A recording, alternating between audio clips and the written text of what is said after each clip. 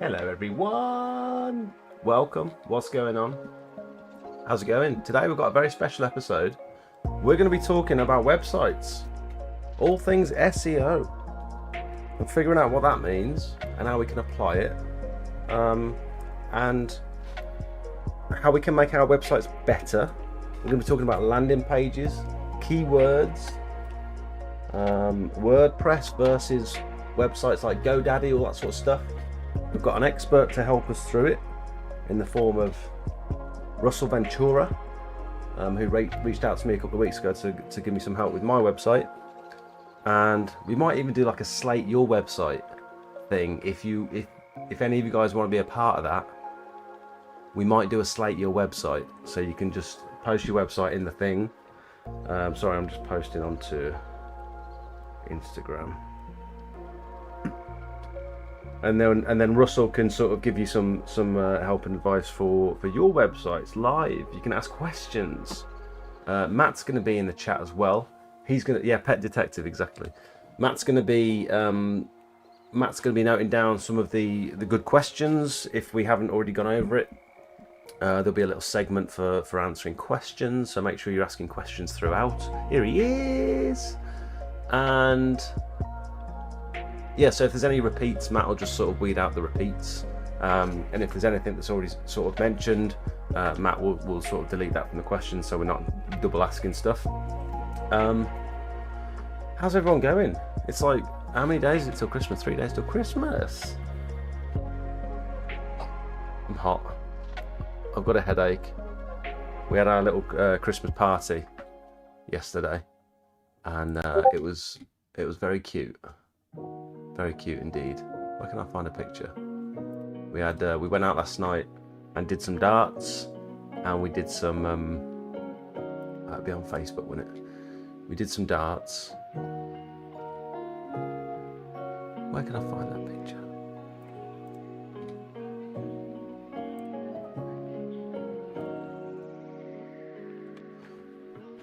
How's everyone going? Husky, welcome. Finch, welcome. Finch just popped me a present round, bless him. Cedars, welcome. How's it going? Tintins, Preston, Sean, Nick. You can use my website as a bad example. We'll get to it, mate. We'll get there. Watching tonight for the first time in a while, live, but fixing the missus's car, track rod end. Are you doing that in the dark? Neil, welcome. Nice to see you in the chat, mate. I'm here. Can I get a festive fanfare? It was nice to see you and talk to you at PWSAS. Thanks for all your help and advice. No problem, Preston. It was a real good turnout. I think it was considering. I don't know. It's amazing that people were travelling from like London and Wales and Norfolk and all sorts. It was fantastic to see. Finally got my site done, thankfully, getting background stuff in order now. When do you want this drive doing? Cedar's got an inquiry from me, apparently, to claim my drive. Someone impersonating me. How weird is that? Yeah, Cedar, Finch came along to the Christmas party as well. He won the darts. Insanity. I'm working Christmas Day. Why do people want to go on holiday Christmas Day? Ugh. You're working on Christmas Day.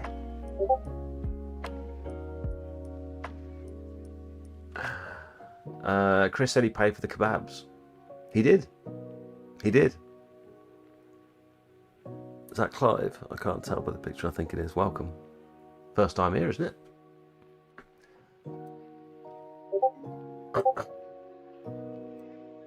Hopefully your mate can sort me out with 10 grand Google ads. So what to expect from this evening? We are not going to be talking about anything paid. So we're not going to be talking about Google ads. Everything we're going to be going over in tonight's live stream is all going to be, generally, is going to be free or cheap stuff that you can do yourself. Or we've also got we've got Russell in the Discord now as well, and so he's answering people's questions and he's helping out on the daily, which is incredibly useful. It's another reason Another reason to join the Discord. Where else can you get professional help and advice with your websites at a click of a button and get instant responses? It's just, there's nothing else on the internet like it. It's insane. Oh, big up Gutter Vacuum Systems.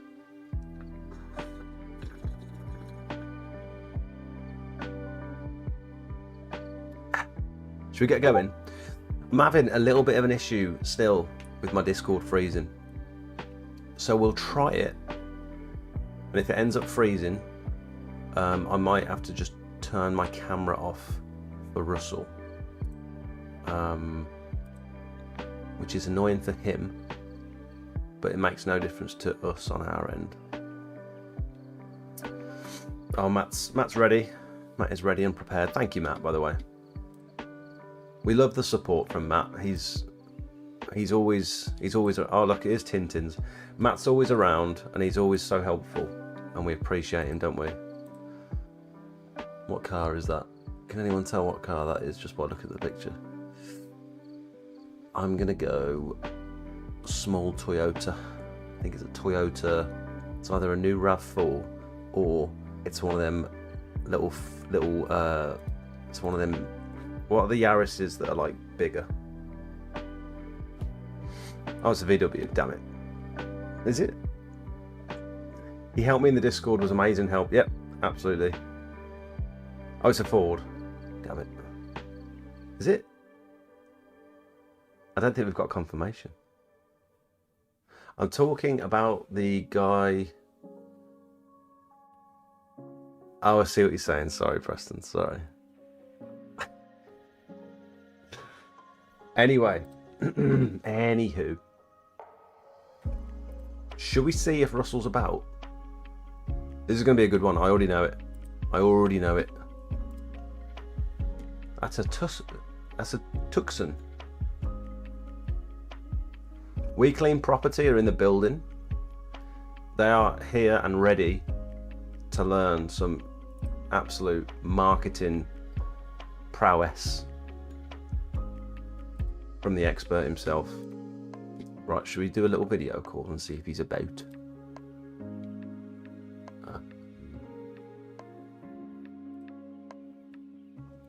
Let's get rid of that.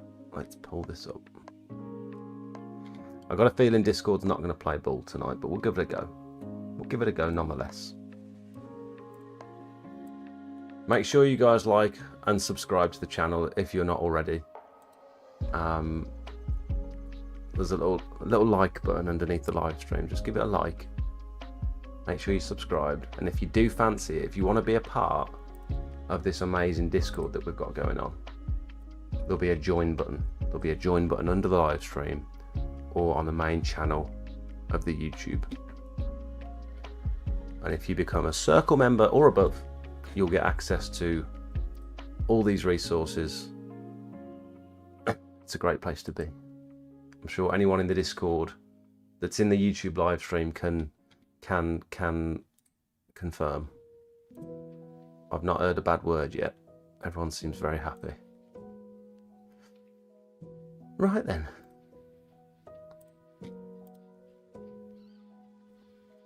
Get my other camera up. Oh, ah, oh, ah.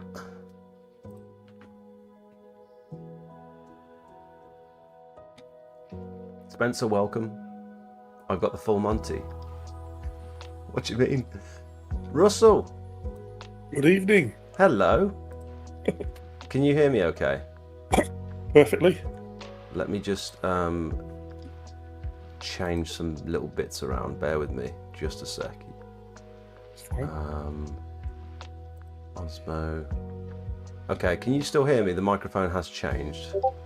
Yes, it's very loud now. Okay, sorry. That's all right. I just modified my volume. Welcome to the live stream. Very glad to be here. Do you want to, before we dive straight in, because I think we've all got lots of questions, do you want to just briefly introduce yourself? And also, it might be worth letting people know how we met as well. I think that's quite interesting. Okay, well, I'll start with that. That's easy. So I've been doing marketing now for about 15-20 years, and obviously gone from the old type of marketing and now moved into the more digital stuff. And as I spoke to Jake before, I started off just do a bit of coding and website stuff. And I was working with graphic designers, photographers, videographers, and so on, and getting very frustrated. So basically ended up teaching myself how to do all of it, so I can do it all myself now. And I just communicate directly to the customer. The customer, once I get to know you, then I can kind of just make your vision come alive on the screen. I don't do any templates. I basically ask you to look at several websites that you like the look of, and then we cherry pick all the best bits, and we make a dynamic site just how you want it. And in terms of how I met Jake, I was just like, I watch YouTube all the time, and then this video popped up of some guy painting a driveway, and my driveway's got a new section on it. 5 years ago, I had new bricks put down, and there are different coloured bricks than everything else. It's been driving me nuts for like years, and I've thought about painting it myself and so on and so forth. Then this video just popped up on YouTube in my random stream, and I watched a guy who knew what he was doing a really good job, and I thought, that's the kind of guy that I want. So then I watched another Aw. video, and another video, and another. I probably watched about 100 of Jake's videos by now. Oh my God. And that was that one in Droitwich, wasn't it? Which isn't far from you. That was the big grey block paved driveway. Biggest one I've Yeah, done, actually. yeah, because obviously our driveway is reasonably large. It's like it's very hard to visualize it all one color, or even if you put a sort of some highlights or low lights on it. But that driveway is like gigantic, and I thought if Mhm. you could make that one look good, then ours would be a piece of cake. And But then it you, wasn't just that. It was the fact that everything that you did, you showed warts and all. You showed, oh, I've never used this technique before. I tried the spray and it made my back ache, and it didn't cover as well. And watching you guys even on time lapse painting every single brick with a paintbrush. And I just got to the point where I thought, at this point of the video, I would have just gone, I've had enough now. I'll come back tomorrow. And you just carried on going, and you kind of go in. All customers want is somebody that's got the same level of quality as what they have. And that's like the trust relationship. Because obviously, we've all had suppliers that just do the bare minimum, or I'll come back next week and I'll resand your drive, and you never see him again, that type of thing. So it was just all that meticulous detail, and it's like, I haven't got to really worry about this supplier. All I've got to do is get my vision across, and I haven't even got to watch him or keep an eye on him. I just know he's just going to do as good a job as I would like to do myself. So Mhm. that's kind of what got me into like watching the more and more videos and learning more. And I've learned loads and loads about cleaning roofs and gutters and things now. so we met from. It was very much like a customer perspective, where you thought, I need that doing. I'll get in touch. Did you know I was local at the time? I didn't know you were. Now I didn't know where you were. So, and again, like you've said before, you've had other people call you around the country. We were just going to say we don't care where you are. If you're prepared to travel, and we'll pay the extra or whatever it's going to be. We Mm. just really want a good supplier because it's really hard to find good people. Yeah. And then so you also reached out and said, well, you did something different actually, and I think there's a lot of people in the chat that have probably had these emails from people saying your website's crap. Let me not in these words, but your website's crap. Let me fix it for you, or I can put you to the top of Google, or you're missing things off your website, or this, and this, and they're trying to sell you SEO services. But you did something slightly different in that you said, I'm not looking for work. I don't need you to. I'm not looking for any money. I don't need you to pay me. But I've seen your videos. I like you, and I'd like to help you out. And it was more of a you'd also put this PDF together, which was like a very visual way of communicating the changes that I could probably make to my website that would be instantly beneficial. And no one else is doing that. No one else. These 10 or 15 emails I get every day from SEO people. It's a couple of sentences, and then they follow up the next day saying, "Did you read my last email? Did you Yeah, you know what I mean?" I've ne- I've never responded to anyone. I probably did 10 years ago where I would like be very negative and say, look, why are you bothering me? And after they don't listen. You just ignored them for the last 10 years. But yeah, so my sort of, as I said to Jake, because of what I sell as a service or what I do for my job, it's like a magic act. And I can't say to you, this is a physical thing. You know, you can feel it, you can touch it, you can maybe even know a bit about it. So when I try to sell web design and web development to people, it's really, really difficult. And most of the time, it's because people know a little bit about it as well. So that's quite dangerous.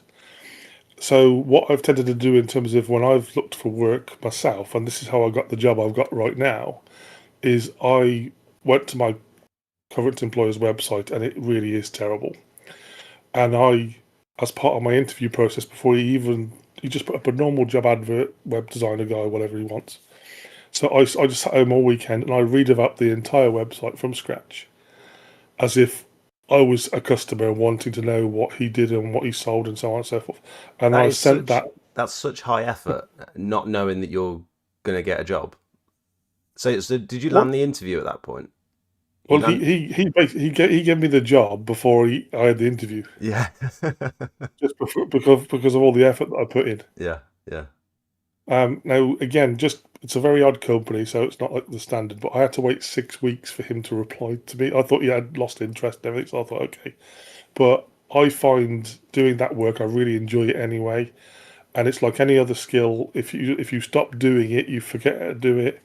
The technology keeps moving on very, very quickly, so you've got to keep learning. So I do loads of free bits and bobs just to keep high. I'm doing a lot of video work now because that's what I'm currently doing at work. You just And bought it's kind of yourself one good of to me these because Action Six, is it now? the Action 6, DJI? yeah. Yeah.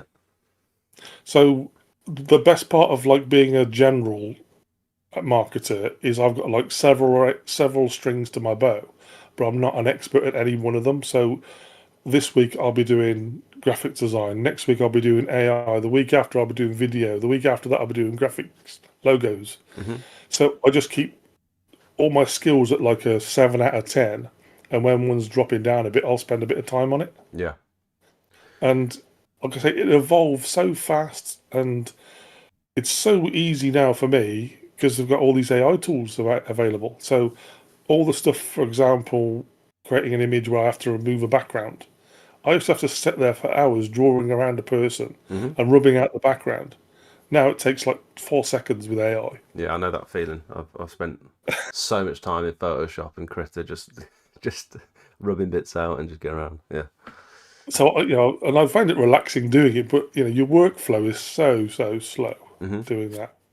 But so I've got quite a few AI tools now that I use to help me with those. So I use Canva quite a lot, and Canva gives you quite a lot of inspiration if you don't know what to like put up as a Facebook post or whatever. So on the other side of it is I've had to learn multiple platforms. So I started off with um, Wix, and then I did WordPress. I've done Squarespace. I've done a bit of GoDaddy this weekend. Yeah. You know, there's so many different platforms out there. It's like you can't be an expert on any of them. Even like WordPress, I'm not an expert on, but I know hmm enough to do a good job. But once you guys sort of start delving into the marketing side, there's 100 different things you've got to learn. Yeah. It Yeah. really is quite scary as a look at the whole thing. But what I tend to do is just focus on stepping stones, getting you from 0 to 10 if you want, hmm and sort of help explain it a bit along the way. But I'm more like a self-help. So part of my journey with you, I mean, having the videos that you've put on YouTube has been fantastic because I can kind of gauge where you are. The last 2 weeks live streams I've watched, web designs come up, and I've watched you have conversations with the Discord. So it's like, oh, that's like me having an interview with you and going, right, instead of me asking, where are you? What do you want to do? Are you even interested in learning how to do it yourself? Have you got the time? All that kind of stuff. You answered a lot of those questions in the live stream, so I could kind of work out. But I had approached you in the sense of I don't have to do anything. I could just point you in the right direction, and if you've got the ability and the effort, you could do it yourself. So that's the thing, isn't it? With like small business owners, we're a one man band generally, and not only have you got to be on the tools every day, pretty much, you're also trying to be, social media manager. You're trying to design your website. You're trying to get reviews from your customers. You're trying to do all the accounting. And it's like there's so many different jobs that you've got to try and do as a business owner. And I was talking to someone at the little pressure washer sales and service uh, coffee day that we did, and they're asking like, what's the best form of marketing? And you can't really give a definitive answer for that. But I think whatever you're going to do, pick one or two forms of marketing and try and do them really well. Spend some time actually properly investing in them rather than half-arsing everything. I would suggest either getting a really good leaflet and actually spending time going out doing some proper leaflet drops and door knocking, or really focus on your social media game and be consistent with your uploads. Um, and I suppose the other side of that as well is actually investing in your website and having a really good website that actually tells your audience what you do. There's still stuff on my website. There's still services totally missing from my website that I've offered since day one that people wouldn't know that I offered unless they watched my Facebook videos, unless they actually followed along. Well, the best part with your website is where you have the struggle with your leaflet of, I can't put the Encyclopedia Britannica on a leaflet, but I do 25 different things really well, and you worry that your potential customer is going to go, I'm not even going to bother to read that, even if it's double-sided. There's so much text on there. Mm. But your website's the opposite. It is like it's an unlimited resource, and you can put as much or as little as you want on there. And you reframed it for me the other day. You sort of said, I thought, okay, I would say that my Facebook, because I built my business around Facebook, that's probably the center of everything. Really, it's the center of the business. But you said actually no, your Facebook should be pointing towards your website. Your YouTube should be pointing towards the website. Same for the TikTok. Same for Instagram. All your traffic, the central hub of your business should be the website. And I hadn't thought about it like that before. I just thought about it as this another marketing strategy that I haven't really put much thought and effort into. Well, if you take the example of like a car showroom, you drive past and you see this fantastic looking building, nice and shiny, very loads of glass, and it's like, okay, that looks professional. They obviously know what they're doing. They're not some sort of cheap back shop garage. And then when you walk through the door, you see 6 or 7 different cars. And it's like, that's your website. So you've seen the website, which is the building, and then when you go in the building, it's like you will see things you weren't even worried about buying, Yeah. or you'll see posters on the wall about selling services, or there'll be a nice area where you can sit and have a coffee. Hmm. So your website is your virtual shop front, and it's a 24/7 shop front. And it's you have to make it nice and shiny. And from a commercial point of view, if you want to go from doing domestic to commercial, you have to have a website that looks like you've got 15 and 25 employees with 6 vans and cherry pickers and all that kind of stuff, even if it's just you. And then when they see that, that builds confidence, and then they'll make that leap into offering you a contract. Yeah. Um, just so that people know, because there's a few more people that have joined since we first started. Um, Matt is in the chat and he's noting down all of your questions. And so if you guys have got any questions, we'll do a little segment in a bit where you guys can ask specific questions to Russell. Matt's going to weed out the repeats and the ones that have already been covered throughout. Also, we might, if we get a chance, might do like a Slate My Website segment where if you're in the Discord, so you can only do this if you're in the Discord really, you can post a link to your website in the marketing section of the Discord, which is, I'll show you on screen, it's just down here. So post a link to your website in this bit here, and if we get around to it, we'll spend 5 or 10 minutes and Russell can slate your website. But I mean, because you've watched the live streams, you've been following along with the chats over the last couple of weeks where my brother's just started his business, his waste management business, and my sister has also got an interior cleaning business as well. And you've already sort of started making on the whiteboard behind you this sort of business plan for our family, which is very cool. I asked you a Well, if couple of, you can share the image that I sent you on WhatsApp if you want people to see what I've done, because let's that have a hasn't really look. changed a huge amount from that. On the I remember the on the whiteboard. Yeah, Yeah. let me just pull it up. And again, I'm a digital marketer, but I still do pen and paper and write it all out because then it starts to make a bit more sense then. But to sort of carry on a bit what you were saying about how I tried to redirect your mind. So my sort of mind vision of your digital marketing infrastructure is that your website is the center of a wheel, and your wheel has got cogs on it, sorry, spokes on it. And each spoke is a social media channel that points directly back towards the website. So your social media is basically a load of people shouting, "Look at me, look at me, look at me." And it's like, once you've got their initial attention of "look at me," it's what do you want them to do? And you want to drag them straight back to your website for the specific thing that you've advertised via social media. And then once they're there and they've had a quick look around and go, okay, he does gutter cleaning. I've read the gutter cleaning page. Oh, he's got a services tab there. What's that? I clicked on the services tab. Oh, didn't realize he did all these other things. And again, you can even kind of have like a top level page going, if you choose multiple services when you visit my site, I can put you to a more competitive quote, because the last thing I want to do is give you a certain price for gutter cleaning and then you're sort of sat there in front of the customer trying to do an add-on, price list, if you like, in Yeah. your head. You're never going to get the right price because you always go back either thinking you've undercharged or overcharged. You've got to try and gauge the reaction in their face to what kind of budget they've got. Hmm. So let the website do it. And, the websites that we've done so far, they are basically like brochure websites. Hmm. They don't actually do anything other than display information.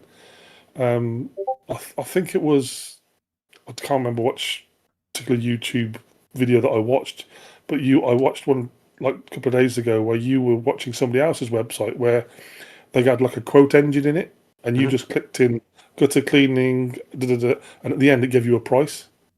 And obviously that's a bit of code involved to do that, how they've done that. But Hmm. you can make your website almost be like a 24/7, And the best part, if they work out the quotes, is they've already made their mind up they're going to pay that kind of price before they contact you.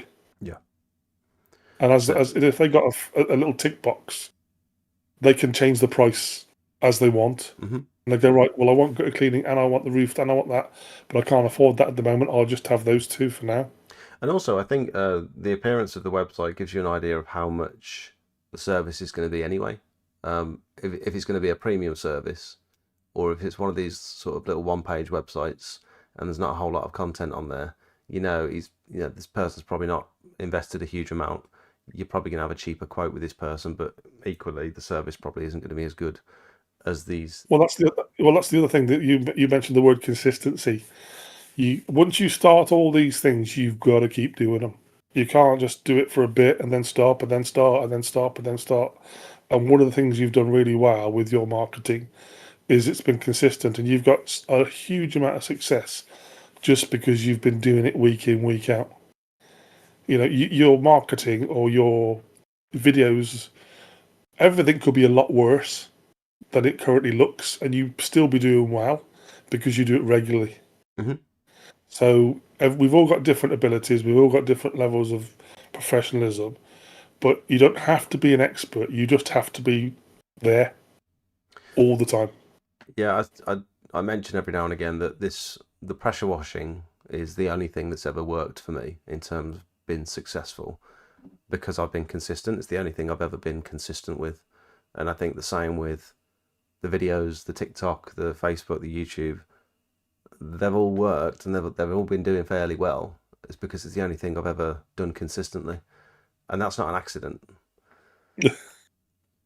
Well, again, I think whatever you decided to do, as long as you did it consistently, I say that's why I think you'll be successful in whatever you do, whether this is your thing or you go on to do something else. you've got the right sort of background and mindset of doing something and trying really hard at it. And that's where most people fail, because what you guys do isn't easy. If it was easy, we wouldn't be paying you to do it. Hmm. You've reeled off loads of conversations in your live stream of, yes, I've got a 50 quid Karcher, and I've done about a square meter of my driveway, and I've already had enough, and Yeah. I'm covered in shit. My Karcher's like a tiny little head on it. I don't know what kind of pressure. It's probably nothing at all. But I have a romantic vision of what it's like to do a driveway, because I've seen it on TV. And then I have a go, and it's a nightmare. And I've got to carry on now. I've done a square meter of it. But Yeah. that makes me want to pay you guys the money that you charge. Because, and as I said to you before, I'm looking for people. I've learned so much from you, from like the different nozzles, the different pressures. I've never, we must have had 10 different people do our driveway in the last 10 years. And they're all basically people like myself who spent about £1,000 on a Karcher type thing, and they've cleaned it, they've done the kiln drying sand, and they've gone away. And like 2 or 3 weeks later, all the weeds have come back. And it's just like, from a customer's point of view, I mean, we've paid the same supplier twice this year already to do our driveway. That's the first time it's ever needed doing twice in 1 year. Yeah. Yeah, I think these last couple of years have been particularly bad with the regrowth. To be fair, But I do appreciate that is a specific weather phenomena, because I don't think the guy did a bad job, mm, because he the only sort of thing I would say, if I could put a negative on his 5-star rating, is he blocked up my soakaway. yeah, And again, to me, it's like, you probably don't even think about it, because you go, right, I know the soakaway is behind me. I'm going to move all the stuff the opposite direction, or I'll block the soakaway up before I start. hmm, But because our driveway starts on the road, people start from that end and come all the way towards the house, and it fills up a soakaway with kiln sand, and then the yeah. soakaway we have a massive flood then. It's counterintuitive to wash away from the drain because people always think, "Wow, that's where all the stuff's going to go. That's where all the dirty water's going to go. So you might as well wash towards it." But you end up putting all the sludge down there as well. It blocks it up, and then you end up flooding the place. Um, shall we? Shall we start? Do you think we should start by talking about SEO?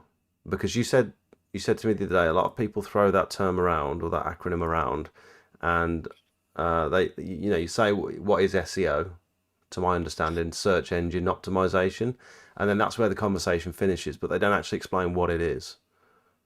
Yeah, so that's your generic answer for the sort of little bit of an expert who does a Google search, and that just tells you what the letters mean. What does it actually mean in real terms? And is it So is it worth framing this around my current website? Do you think maybe we look at SEO optimizations based on how my website is currently, or is it worth? It's up to you. I don't mind how we do it. well, again, see, I looked at this, and I did some work on this yesterday, where I was typing in some terms like driveway cleaning Redditch, roof cleaning Redditch, because that's the kind of thing I would type in to find your service if I was in the Redditch area. Or if I was living in Redditch, I would put pressure washing near me or roof cleaning near me, because it knows I'm in Redditch. I was talking to So my mum about this the other day, and I was saying, what if you needed your patio cleaning or if you needed your roof cleaning, what would you actually type in? Because at the minute, everything on my website is pressure washing. I don't think I've got anywhere on my website that says jet washing or driveway cleaning. I don't think I mention those words at all, which is a huge missed opportunity, I think, because I'm totally disregarding what people are actually going to be typing in. yeah, so when I did those searches, because obviously I'm a customer, so I didn't know it was pressure washing, or again, I'm just looking for, this is my problem. Hmm. What words can I put in to come up with a search result? So I'm a human being. If you walk down the street with a t-shirt on saying I did driveway cleaning, I go, I'm after a driveway cleaner. Boom, boom. Hmm. So SEO is you have to put yourself in your customer's head and go, what do they type in to find you? Now, a lot of people can't get past the fact that they know your company name. Now, to start with, they don't. They can't. It's impossible. They wouldn't know. But after a while, and if you've been doing it for long enough, you forget the fact that not everybody knows who you are. Hmm. It's like a blind spot. So you have to kind of go, right, first of all, what do they type in? And then go, right, well, now I need to build my website around those words. And that kind of leans a little bit into the keywords side of it. Hmm. And we use the word keywords because when all this was first discovered, 20 years ago, people would just put in pressure cleaning like 1,000 times on a page. And because you had the word pressure cleaning 1,000 times on your page, Google would give you a #1 rating. Right. Okay. And in order to stop you doing that and like spamming everybody, Google changed the algorithm so you had to put English words in a nice, pretty format with pictures and so on and so forth. So that's how it's evolved over 20 years. And there's a thing And called obviously, there's a thing about duplicated content as well on single pages or across yes. multiple pages, isn't it? If you're copy and pasting the same type of text across multiple pages, it's not improving the search engines. It's not improving the optimization, is it? Because Google Well, flag that. it can count against you. So Google initially looks at your site and goes, "Oh, that's guy. He's got 25 pages." And then when it starts to look at it, it looks at the H1s, which is your headings on each page, and it goes, "Oh, that page says exterior cleaning. That one says driveway cleaning. That one says roof cleaning." Then it looks a bit further, and it goes, "Right. Well, if I then see the same text that I've saw on the other pages, I'm just going to ignore them." And then it does not index them. And if they don't get indexed, they don't appear in the search results. Okay. So you mentioned about having lots of pages. Is that a good thing? The more pages, the better, generally. Yeah, I would say you should have one full page for every service you do because you have to you have to make Google think that you are an expert in your field. Hmm. And you have to do that by giving me a very detailed page. I mean, page slash pages. So if you for your site, for example, and I would do this for any sort of customer of any type, because you do complicated things, you might start off at a high level going, right, I'm going to pressure wash your drive, and you might even tell me the name of the machine that you use. You might even tell me how much bar it's got or whatever.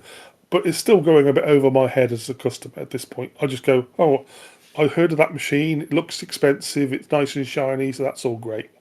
Hmm. But then you can go to another level of going, well, what I can do is I can create some supporting pages. So on page #1, you'll see my equipment list. And then if I click on any image of those bits of equipment, it could take me to another page that's really detailed about that product. Therefore, you're telling Google, well, you're not just like a top level expert. You're kind of like 2 or 3 pages of backup information, Hmm. and you can carry on until you're really like 50 or 100 pages if you wanted to.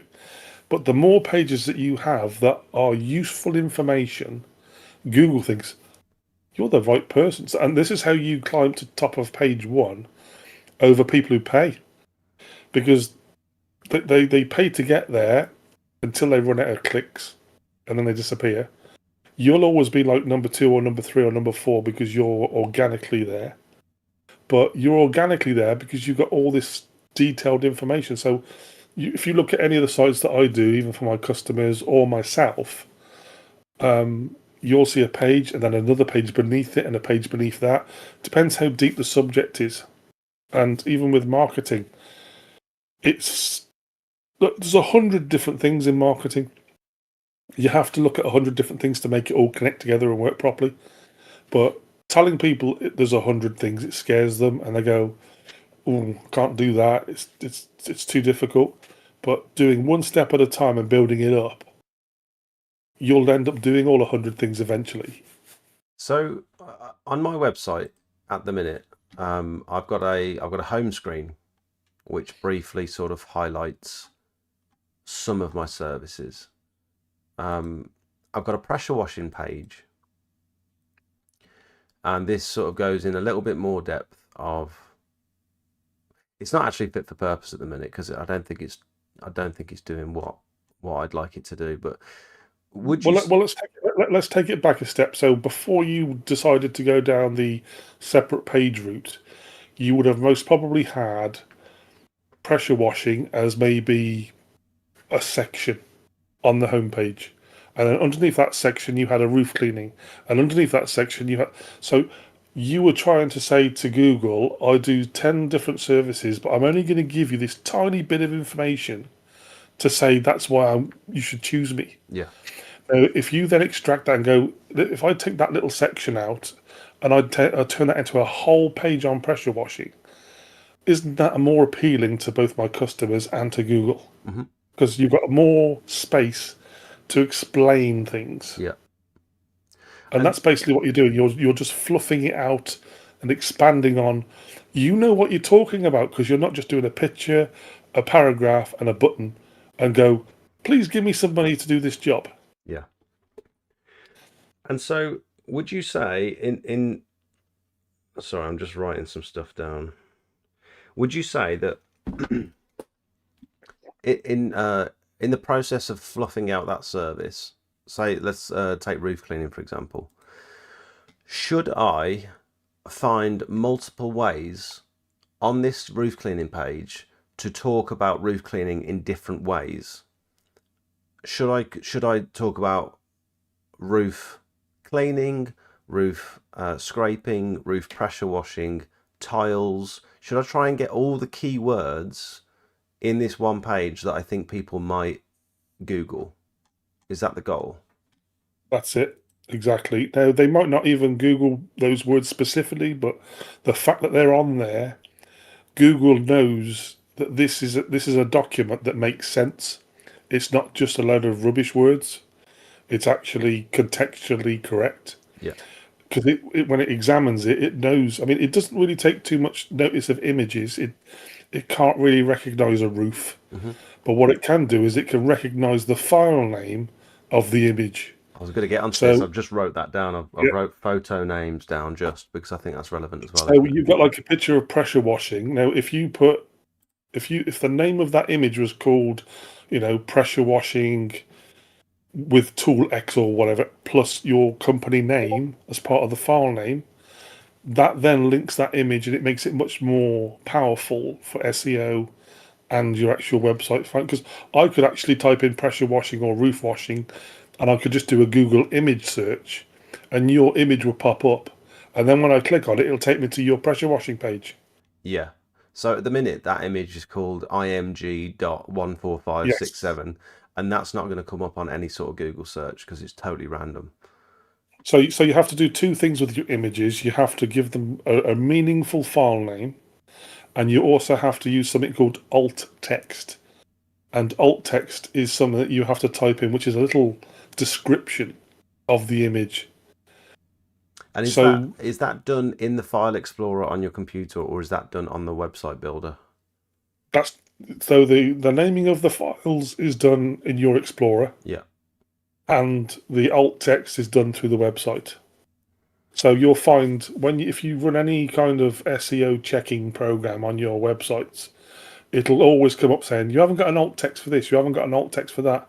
And basically what it means is when Google is scrolling down your page just looking at words, it doesn't know what that image is because you haven't described it. So therefore it can't include it in any search result at all. Yeah. And that's hurting you. So if when you've come and done a job and you've offloaded off your phone and you've got IMG 0012345, if you then spent half an hour giving them like, I don't know, roof washing 001, roof washing 002, even that would be better. Yeah. But I go an extra step and I do like hyphen smelts pressure washing. So your business name, the location as well in there maybe. Yeah, anything that you think is quite useful for pumping up. And I might be looking for a specific pressure washer, but I'll find your roof cleaning pictures because I'm looking for that because you've included it in your file names. Mm-hmm. And again, this is all a big admin overhead and it's a real pain in the ass and it's boring. but it gets you onto page one faster than anything you can do any other way. And this is what nobody wants to do. So just by you putting the effort in above a lot of your competitors, you'll get onto page one. Now, once you're on page one and you're near the top, they've got to try and dislodge you. You're there and you're there first. You only get replaced if somebody comes up with something better. Or paid. Yeah, the paid ones, yeah. So I could create an ice cream business tomorrow and put pressure washing as a keyword and pay for it, and I'll get more clicks and more visits than you. But when they click on my website and it says I'm selling ice creams and they were looking for roof cleaning, Yeah. then they've just cost me 25p to click on that link, and they're going to go somewhere else straight away. So And that's what we call the bounce rate. I suppose if you're in a position where you're fortunate enough to be able to spend, for example, 3 grand on Google Ads, or invest 3 grand into the website and making it really, really optimized, in the long run, it's probably more sustainable to spend 3 grand on the website, isn't it? Well, the best part is if you do organic marketing, it's there forever. Mm. Like you said, if you had your £3,000, that might be 150 clicks in one day. Depends how. And the thing is, it doesn't really validate the clicks. So one of the things I could do as a competitor is I go, I know what a paid ad is because it's very clear what it is. But I could sit there at my desk at work and click on your link at top of page one 150 times, and then your budget's been spent, and then it's gone. And you've had no business from that. And that's just me being like sabotaging your company. And that's what happens when your competitors try and play nasty. But if it's organic, because you've put the keywords in, you've done the SEO properly, you've got your images, you know, you could even have a really bad looking website, but if the SEO and that's great, you'll get loads of business. It's like it's like the principle of good foundations, isn't it? I suppose it's the same for good foundations of the business as a whole, or good foundations for your accounts. Like setting up something that's right first time is going to pay for itself in the long run, rather than just setting up something that isn't really doing anything. I was always looking at the website as, yeah, just like another string to my bow that I thought I had to have, because people kept telling me I had to have a website. I didn't really want a website. I didn't have one for the first probably year and a half, almost 2 years into business, because I thought, well, as far as I was aware, a website's only really designed for commercial customers. They want to see that you're looking professional and stuff. And I thought, well, I'm so early into my business, I'm not really targeting those customers. But that probably couldn't be further from the truth, could it? I suppose. Well, you kind of got to have it as you fake it till you make it, as far as the website's concerned. If you've got the ability or you got somebody that can help you, you've got to go for after that commercial client that's going to give me a massive income or return repeat business. By just getting that part right, even though you're not ready for that at the moment, all your domestic customers will feel, wow, look at this guy. Yeah, You can't, you'll drag all the low fruit going for the high fruit, and the high fruit will come when you least expect it. yeah, and You'll have something like Zach say, can you come and do all our garages around the country? Because I've seen how good your website is, and I can see, you're very big commercial. I mean, you know yourself, if you want the big money from the big commercial stuff, you've got to go through so many hoops and fill so yeah, many forms in, and all. It's almost like not worth bloody bothering. yeah. Whereas if you get 100 customers just doing houses, it's much easier, isn't it? Clive asked a question regarding sort of the fake it till you make it, in terms of making your website look more experienced and better than what you actually are at this stage. Maybe he said, "Isn't that giving the customer a false sense of perception about the business?" And I suppose that could be a yes or a no answer, or it could is that a bad thing? Is that a good thing? Everybody that I know successful takes that risk, because they believe in themselves. They're not out to take people's money. They're not out to con people.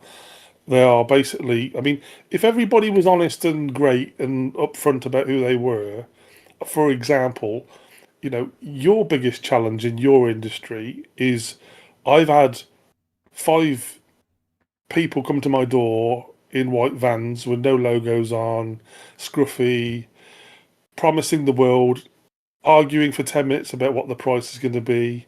And we all know what kind of job I'm going to get. How do I distinguish you from them? You've already got that uphill battle of even like you're knocking on my door if you happen to be in the area and you're doing somebody's driveway and you just thought, I'll just knock on a few doors. You've already got people's backup because you're knocking on the door, and it's not your fault. They won't even give you the time of day half the time. So going back to what I was saying about fake it till you make it, everybody I know who like the really successful, stupidly successful people, they've always like either gone into acting or this or that. And they've always said they can do things they can't, but they know that their process of learning or the effort that they put into something will get them to where they need to be. Yeah. But they know they have to play this game of if I was completely honest and said, look, do you know what, I can't really do this or I'm not quite comfortable doing that, they wouldn't get the job in the first place. It's not good business, is it, to be totally honest all the time? I am a huge fan. I'm a huge advocate of honesty, and I'm fairly brutally but you honest. you do it in such a way that you invoke trust quite quickly Mm. because you don't do it in a self-deprecating way. You just I can't really I can't say what it is you do because I can't do it. I'm a bit more blunt and Mm. like I've spent a lot of my career going, right, I'm not going to launch my own company until I'm ready. And that approach means you're never ready Yeah. because you never are. Because if I just had one more machine, or if I had a slightly better machine, or if I had another guy helping me out, you've always got an excuse not to go that next step. So it is a fine line, and only you can answer the question yourself. If you've got the right stuff inside you to back up that you are offering a good service, an honest service, and you're going to do a really good job. That's all anybody wants. People just want somebody who tries really hard. They don't want like a super duper professional who's like, I don't know, does magic tricks. I'd rather see somebody try really hard and fail or get like a 90% job than somebody that promises me everything and fails absolutely abysmally. Yeah, you almost get behind the people that you know are trying, and you root for them to do well, even if they're new, even if they're up and coming. They've still got, they've only had their business for a couple of weeks, but they're really trying hard. And if they're honest about that, it's you almost sort of want to root for them. I found that when I first started. What I told people like I've only been going for a couple of months now, but things are going really well, and I love it, and people like wanted to see me do well. Well, again, it's I was trying to reverse engineer your video and go right. So he's done the video. He's gone home. He's uploaded it to his computer, and now he's got to talk about it.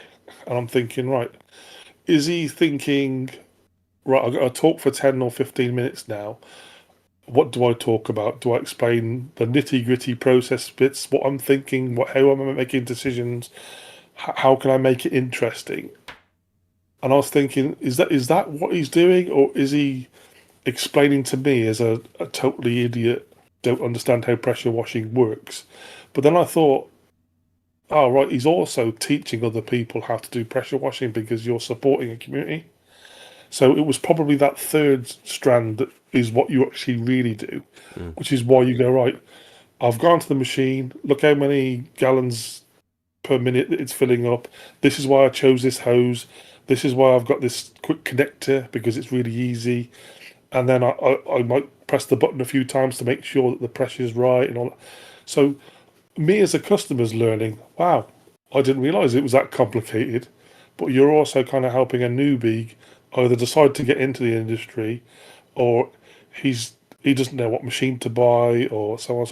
So all those little details are coming through and I thought, this is how genuine this guy is. It's like it's really hard to explain, but I think it's you being make it passionate. interesting. Yeah, I, well, you make it interesting. I will watch any video about any subject if I know the person's passionate that's making it. They could be making a video about making a leather wallet or something, and it's only interesting if the person who's making the video finds their subject interesting. And I think that So comes I've thought through. of, It's authentic as well. It's authenticity, I suppose. but the other thing that you were doing as I watched more and more videos is you were destroying everybody else I had worked for me. Oh, Because as I sorry. said, as I said before, the guy gets out. He says, have you got a tap?" "Yes, I've got a tap." He plugs his thing on my tap, and it bloody leaks everywhere because it's a crap connector. And then I just watched him do my driveway, and he's doing my driveway the same way I would do it. And I don't know any better. I've got a one pressure machine that doesn't have any variability in it at all, so it's either too much or not enough.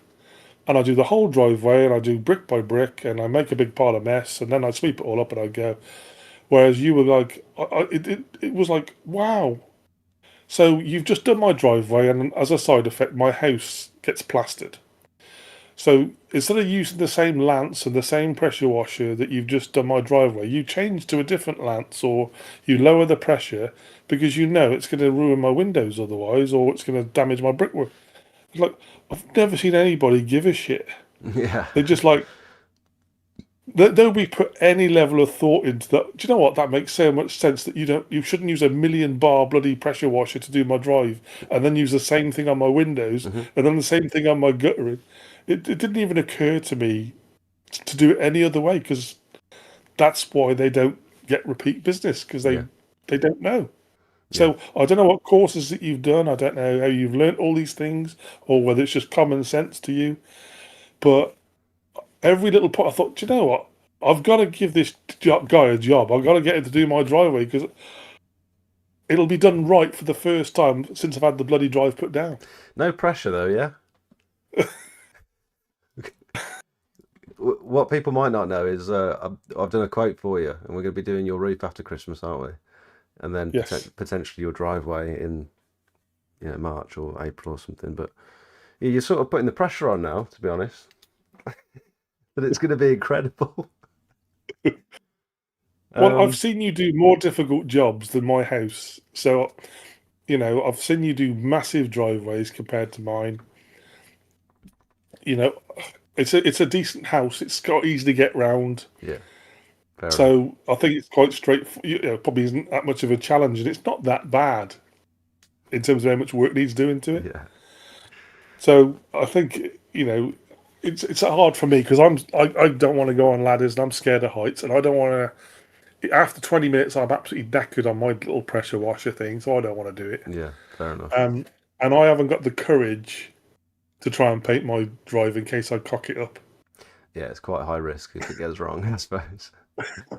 Um, so we've gone over the basics of SEO. Well, we haven't actually. We've touched on keywords with regards to SEO. Is there anything else I should know in terms of optimizing my website for Google search? I checked out your stuff on GoDaddy, so your homepage has got some SEO on it. So at some point, whether you've done it by accident or you forgot, but it's your SEO for your homepage is for gutter cleaning, and that's it. So as far Wait, as Google's concerned, you're a gutter cleaning company, why? because that's what you put in for your meta title and your meta description for your homepage. It predominantly focuses on the word gutter cleaning. Is that because that's the first service I've listed in the list in the what do we offer section? Do you think? No, it's nothing. It's nothing to do with the content. So if you went onto GoDaddy and you looked into your page setup, so when you've got all your pages on the right hand side of the screen, Yeah, and you've got the home page at the top, I think you've got like a little cog or something where you can actually look at the home page settings, right, and then SEO is going to be on that list. right. And then when you click on that, it then says, "Oh, there's the title for the page, and there's the meta description." And Ah, if you read what you've put in there, that's where you've got gutter cleaning in a couple of three times. okay. That's interesting. So Didn't that's know that. that's the home page. Though that's not necessarily terrible. What is terrible is none of your other pages have got any meta title or meta descriptions at all. Are you making notes or am I? Because are you gonna? Because you've got a login now for my GoDaddy, haven't you? I I think have, it's. but it kicked me out. I did it. Why? Well, again, not this is not a negative thing. So this is other things that your listeners can understand. So you've enabled multi-factor authentication. So for whatever reason, it recognised that I'd logged onto your site from a different location to what you normally do. Oh, So it's asked me to put a phone number in to verify I'm you. oh, Now I could have done that, but then you'd have to ask me every time you wanted to log in. Then I'd have to tell you my number. oh. We'll have to have a look at that So, then. so I've left it. I've left it alone. So I can't get in it at the moment.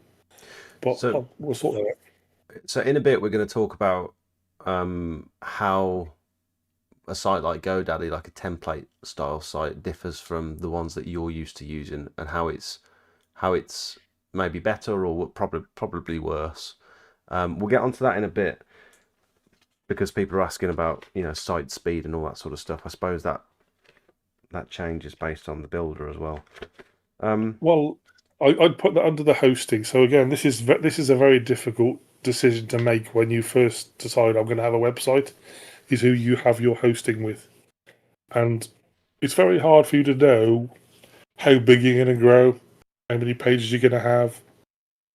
Are you going to have affiliate links? Are you going to sell stuff? All that kind of stuff. You don't really think about those things when you're creating a website to start with. Hence, you got to the point now where I think you've outgrown your current GoDaddy account Hmm. because I think it's great for starter, but you're well beyond that now. So when I tried to sort of see how far I could take GoDaddy and say, like, I want to make a fancy menu or I want to do the SEO properly, I'd say it's like an SEO level 1 service that GoDaddy offers. So it is meta description, meta title, but you can't change the URLs, for example. And if they're spelt wrong, or you've done like this is the biggest thing that make people do is they create like the pressure washing page, and they go, I like that. So what I'll do is I'll copy that page and I'll call it roof cleaning. Now you spent all day putting pictures on it, you put all the words on the page, everything's great, and then when you click on the page, instead of it saying roof cleaning, it says copy of pressure washing as Ah, the URL. right. And then you find you've got 8 pages all called copy of pressure washing. But there's nowhere in GoDaddy to find out where that is so you can change it and correct it. Okay. So that's kind of I was looking at things like that. And is that just a visual thing, or is that something that's going to actually affect people navigating onto that page? Well, again, you have to look at everything very logically. So, for example, I'm looking at your roof cleaning page right now, and your URL is smoutspressurewashing.co.uk/roof-cleaning. What it should say is smoutspressurewashing.co.uk/services/roof cleaning because it's one of your services. Hmm. That makes sense. And it's So inside the when you, services menu. yeah. Okay. Now I don't know why it might be just the structure because I think it was under a service. I think the reason it hasn't done it is because you haven't got a services page. You've just got like a link there where when you click on the services, it just shows you all the services. Yeah, it's like a folder. It's like a named folder where I've got pages sat inside. So I haven't got a specific page for when you click on Yeah. services, it just opens the drop down menu. So that might be something that GoDaddy won't let you do in terms of give you like a top level page. But what you tend to have is you have a services page with just buttons on it, Ah, and okay. each button has your service. So it's the same thing as having the links, but it means that the services page itself, it's like got an identity. Yeah. And again, this is from Google's point of view. If you've just got a page there which is a link, it ignores it. If you've got a page there that's got content on it, it goes, that's a services page because it's called services and it's got services on it. Hmm. So therefore, it's an important page, and I will put that up the rankings. Yeah. And if you then look at the URLs make sense then because you go, right, if you read them out loud, It's in like a all the hierarchy. words are yeah, and it makes sense. And that's all part of your SEO as well. Okay. Okay, so we've got URLs. we've got keywords. Is there anything else we need to know about keywords, or have we basically covered it? Well, I'm giving you like the really high level, nobody's ever heard of this something before type of description, to sort of not scare anybody off. If you go to an agency, they will do like a keyword discovery. Um, this is like when you go from the size that you are now to probably you've got 5 employees or 10 or whatever, maybe 3 or 4 vans. You would then need that kind of service to take your business to the next level from a digital marketing point of view. So the agencies, they have like like a dedicated guy that sits there and he types the keywords in that you give him, and he can tell you how many searches per day appear on the internet for that particular word, and then they rank them. So it might be roof cleaning or roof cleaning near me or roof cleaning with a pressure. There's like 1,000 different variations, but each word, each structure of each sentence will have a different value, and they will know by how many people search for a particular word. That will make your site go up Google page one quicker because you're using something that people search for more often than something else. Is that something you can access for free? Yes, Can I go and find those high ranking keywords? you can, but you'll find it's a very mind-numbing job. What I tend to do is do it a lot lower level and just do like on a common sense level, because at small business levels that you guys are at, you don't really need to go to that level of Yeah. work. It won't really give you that much return for the amount of time it takes and the expertise that you have to use it properly. But there is, you could type in like Google, type in free keyword finder or something like that, and Google's got a couple of free things that you can do to type it in. I tend to do it the other way around, which is what I was showing you when you were with me, where once you've got the analytics installed, you can then see what people are typing in to search for your company and then include those words in the right places on your website. Yeah. So the customer is giving you the data directly to you at this point without you knowing it. I But wonder if again, it's this is a, I wonder if it's also worth, when you're going out and doing jobs, asking the customer what did you search for to find me, or something, or how. It's always good to know how you found me, but also what did you type in.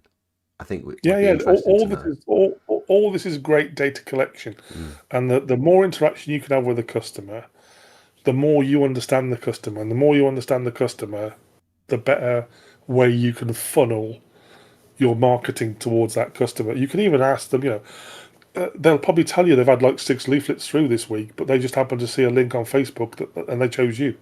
mm, And that tells you, you just need to talk to them all the time about how they feel, because there's lots of different trends.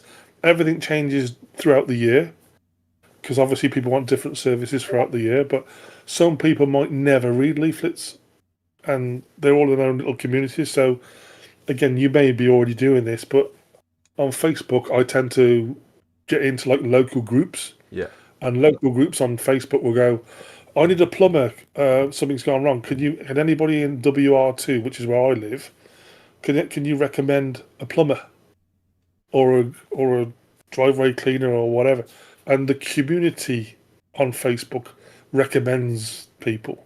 So if you can get into those groups and still do your advertising that you're doing in your YouTubes and everything else, that's another way that you are marketing to people who may not need your service this week, but they might next week or next month. Yeah. And because you're consistent, you'll do the same thing every month or whatever. You'll remind them, oh yeah, I remember now. 3 months ago, we were talking about gutter cleaning, and now that guy's popped up with a free gutter cleaning offer. So, and he's always on there. So, I'm investing in a guy that's not going to be here 1 minute and gone the next. Yeah. Yeah. And you've put your advert in to link it to your YouTube or your website. So again, I still know you're not going to do a runner. That's It's all about confidence. that is a big thing when I'm looking for a tradesman, is looking at how frequently they post, or how infrequently actually. Generally, I'm looking for them on Facebook, and if they've not got a very active Facebook account, that sort of says to me that they're not it might just be like a side hustle to them, or they might have they might not be trading anymore, and they've just not deleted their Facebook account. If their last post was in 2020, it seems like they're just not active anymore. So why would I get in touch with them? I want to see someone who's posting content regularly because I know that they're actually still working. I'd say it's more rare for me to. So okay, I know what I do. So I don't actively Google search people. I might have a look on Facebook. And then the next thing I'll do is go on Google Maps, and I'll search locally on Google Maps. Does that come into, obviously a Google My Business profile is I suppose a separate thing, but that's another funnel to your website, isn't it? Yeah, so like I said, I've got like a number of tick boxes. So you've got your YouTube, you've got your LinkedIn, you've got Facebook, YouTube. But as I said before, you've then got to get all of them to talk to each other. So I'm going through this with a dog groomer that I've just done. So she's got a Facebook page, and all she does every day is post pictures of the dog she just groomed. But she hasn't got a website URL on Facebook. She hasn't got a Google. There's so many little bits that's missing where all her channels are not supporting each other. Mm-hmm. You have to say to yourself, you've no idea where your customer is going to come from. So every single channel you've got has to be like it's the only channel you've got. Mm-hmm. So you have to plaster it with as much advertising, as much URLs and links to all the other. So, and again, the more you are linked together, this is where the backlinking comes in. Oh, let's talk about backlinks, yeah, because someone's mentioned that earlier. So What are what backlinks? backlinking does is it gives your page or your website something called authority. And the more backlinks that you get, and they have to be genuine backlinks as well, the more authority that you get, and the more authority that you get, the higher you got page one, and the more you stay at the top of page one. So what's a So, backlink? so a backlink would be, for example, the work that I did for you on Wix, where I did a demo website. So if you scroll down to the bottom of it, in the footer it says website designed by Russell Ventura. If you click on that, takes you to my website. That is a backlink to my website. Right, and that link can be anywhere. That link could be on my YouTube videos. It could be on my Instagram, my Facebook. Yeah, It redirects people to my website. even if you are backlink is quite good as well. It's back scratching as well. So if you set up a page for equipment where you are getting affiliate links, so you get a bit of money generated for, or even doing special offers or 10% offs or whatever deals you get with your suppliers. If you have a backlink to your your supplier, so you're going to sell me a pole from whichever supplier it is, and it's on your equipment list, so I can see the pole that you've got, and I want to buy the same pole. I'll click on that link that you've put on your site, which is a backlink to your supplier's website. Mm-hmm. Now, that means that you're nicking a little bit of his authority. If he's got like 10,000 hits a day because he's selling poles and vacuums and God knows what else, he's got a very high authority on Facebook. And what the backlink scenario does is it tells Facebook, if this website who's got 10,000 hits a day trusts you because he's put a backlink in, then I'll trust you as well. And I'll make your authority go up by 1 or 2 or 5 or whatever. I see. I understand what you mean by authority now. It's almost telling Google that you're genuine because there's all these different people sort of pointing at you and supporting you. Yeah, and obviously the logic is that you don't have an Audi link in there because it's nothing to do with your industry. You don't have an ice cream link in there or I don't know, supermarket link. In the old days, you could have any link you wanted, and that's why it got out of control and people were just putting thousands of links on and getting lots of authority. Now you have to have industry relevant links because Google wants to give the most informed answer to your search. And it does that by checking all your links out and checking that link is something to do with your industry. And it might even be a Wikipedia document. It might be an instruction manual for the machine that you've just bought. As long as it's relevant and it's real, Google will give you the authority. And the more you integrate this into your website, the more authority it gets, the more you're trusted, the more you are the expert that you get presented as the answer to that search result. So just so I understand, me putting those backlinks, say Honda, say I've got a Honda pressure washer. I write a description on my website about the pressure washer that I use and how it's a Honda, and I put a backlink to Honda's website, for example, or to that particular pressure washer, whatever it might be, and that Honda website is very popular. Does that have any impact on me, or does that only help Honda?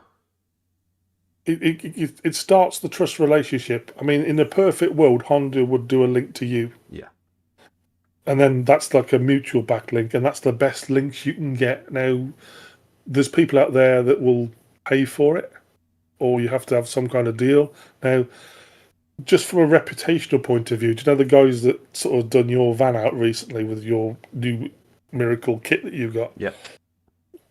Logic would tell me you've got a good relationship with those. Mm-hmm. So they might be likely to recommend you if somebody ever went to them and said, do you know a good roof cleaner? Now, if you've already got that relationship and they would do that verbally, there's no reason why they wouldn't put your logo on their website, because you're promoting their work as well. So you've got a mutually beneficial relationship. So if they put, like, one of our happiest customers, which is Spouts pressure washing, Yeah. and link to the video that you've done and everything else, that's a backlink. And it's Yeah. a backlink, not just a link, it's a backlink to your YouTube, it's a backlink to your Facebook, all that kind of stuff. I have And to all mention that that, to them. and because it costs nothing, I mean, if they've got like an agency that's looking after their website, or they've got to pay a web guy £50 an hour to make every bloody change, then it's a bit more sticky. Yeah. But if they know what they're doing and they're managing it themselves, then it's free to do. And this is cool about something you said to me the other day. If you was to just make my website using the software that you like, and then just handed it over to me and sort of said, there you go. You were like, well, what happens if we fall out or just lose touch or whatever? Anytime I want to make a change, I have no idea what I'm doing. Whereas it makes a little bit more sense.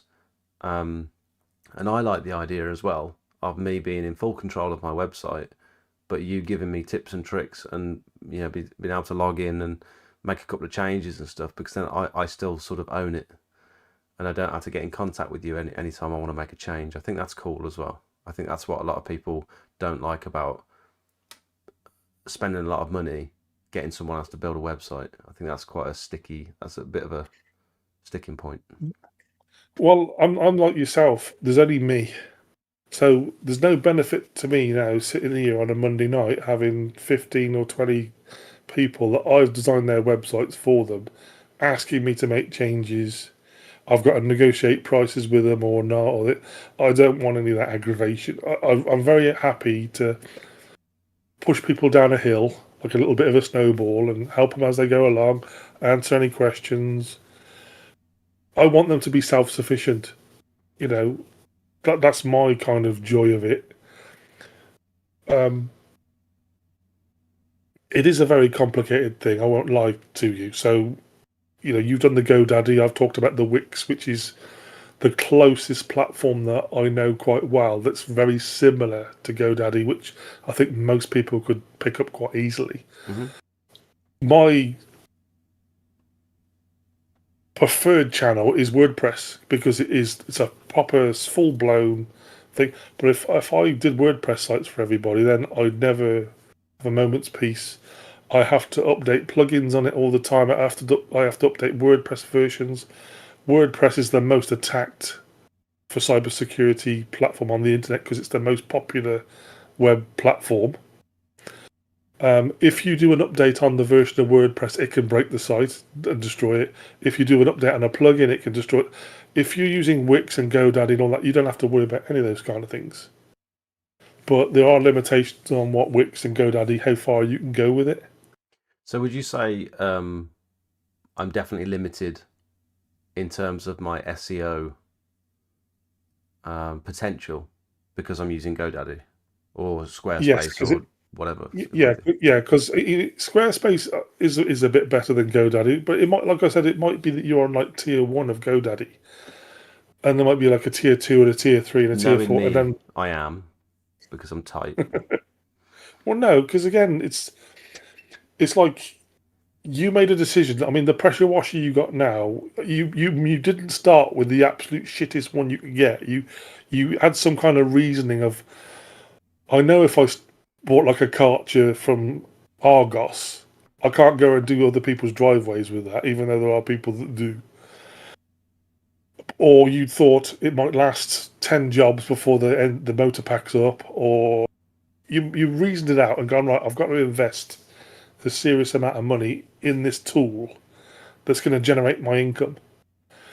But it's hard to do that as far as websites are concerned because the choice is so immense. Yeah, Like, this tree surgeon site that I did who used Squarespace, and Squarespace is a e-commerce platform. It's not designed for normal websites. So I had to write loads of code to make it look like a proper website on the wrong platform can I because he pull it didn't up? want to change it. What was his website name again? Jack Cottrell Tree Services. It's not a bad side, but I could do so much better if I used Wix or GoDaddy or WordPress. But he didn't want to move to a platform he didn't know, which I totally get why. Hmm. But the admin overhead for me was massive because I just could not do anything without coding, Yeah. and I hate coding.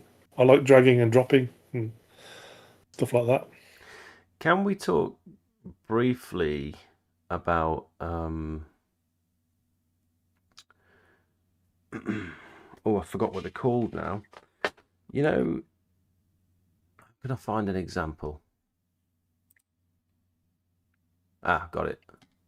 What's the pages called where you create like a template page for different areas? So one for Droitwich, for example, one for Redditch, one for Worcester. Landing page. A landing page, right? Is it worth moving on to landing pages now? Is that a good time? Yeah, again, for this particular initial conversation, I know we're going to cover 1,000 different things, and I'm happy to repeat over and over and over. We can focus having like one evening on just landing pages or SEO or whatever, Hmm. because this is like just a gauge at the moment. Do I know what I'm talking about? Can I communicate to you guys in a way where you understand and you're not getting confused, or we're going straight to step number 9 and it's like Yeah, I don't understand the other step. So it's building a relationship up, basically trying to do what you've done. yeah. In the space of a couple of hours. Yeah, Um, okay, so yeah. So what's the landing so page? so landing pages, they've come about because you're in Redditch and you go, right, I've conquered Redditch now. I want to do Droitwich now, or I want to do Bromsgrove or whatever. But the internet won't let you be on page 1, number 1 in Droitwich and Bromsgrove because you're in Redditch Unless you've paid. unless you pay. So I would use that caveat, and I don't want to pay for anything. I especially don't want to pay Google ads or Facebook ads because I've never had that much money what I can just afford to just throw it away. It Some really people, is. especially in this community, people like Craig have fantastic success with Google Ads. But I think I, now that I've spoken to you, it makes more sense to get your website sorted first and get that as good as it can be, and then elevate it with Google Ads afterwards. Yeah. So you can cheat and do the paid for links. And again, it's really hard to know how much to spend.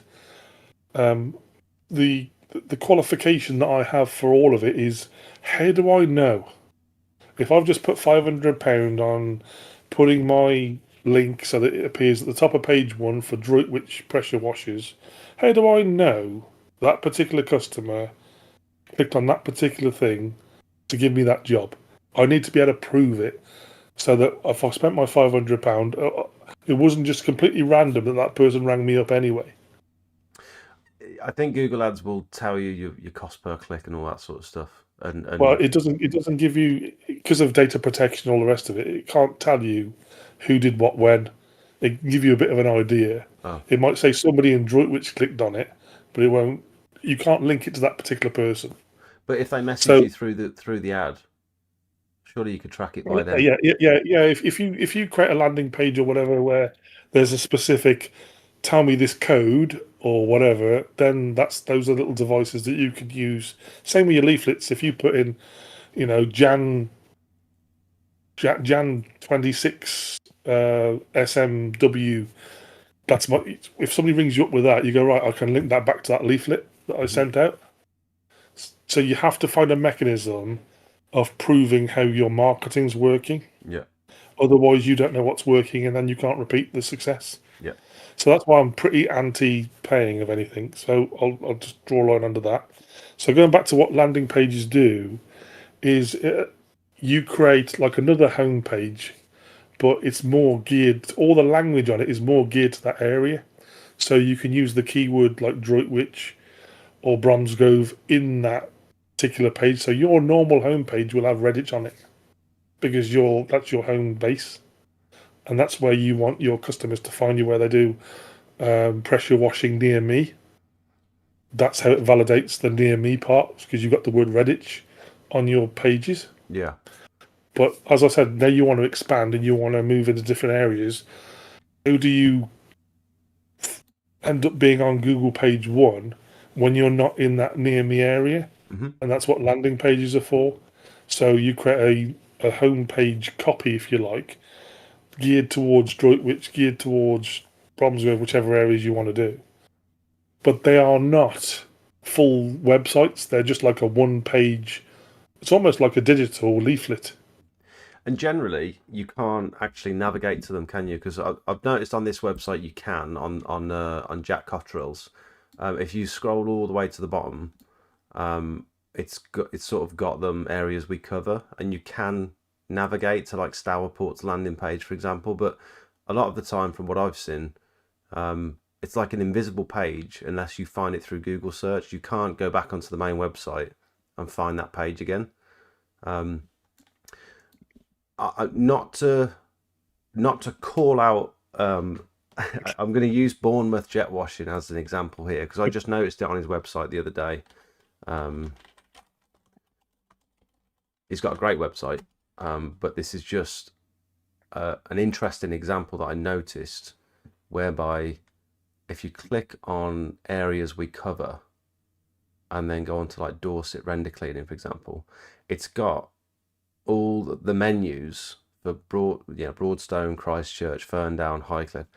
You shouldn't really see these, should you?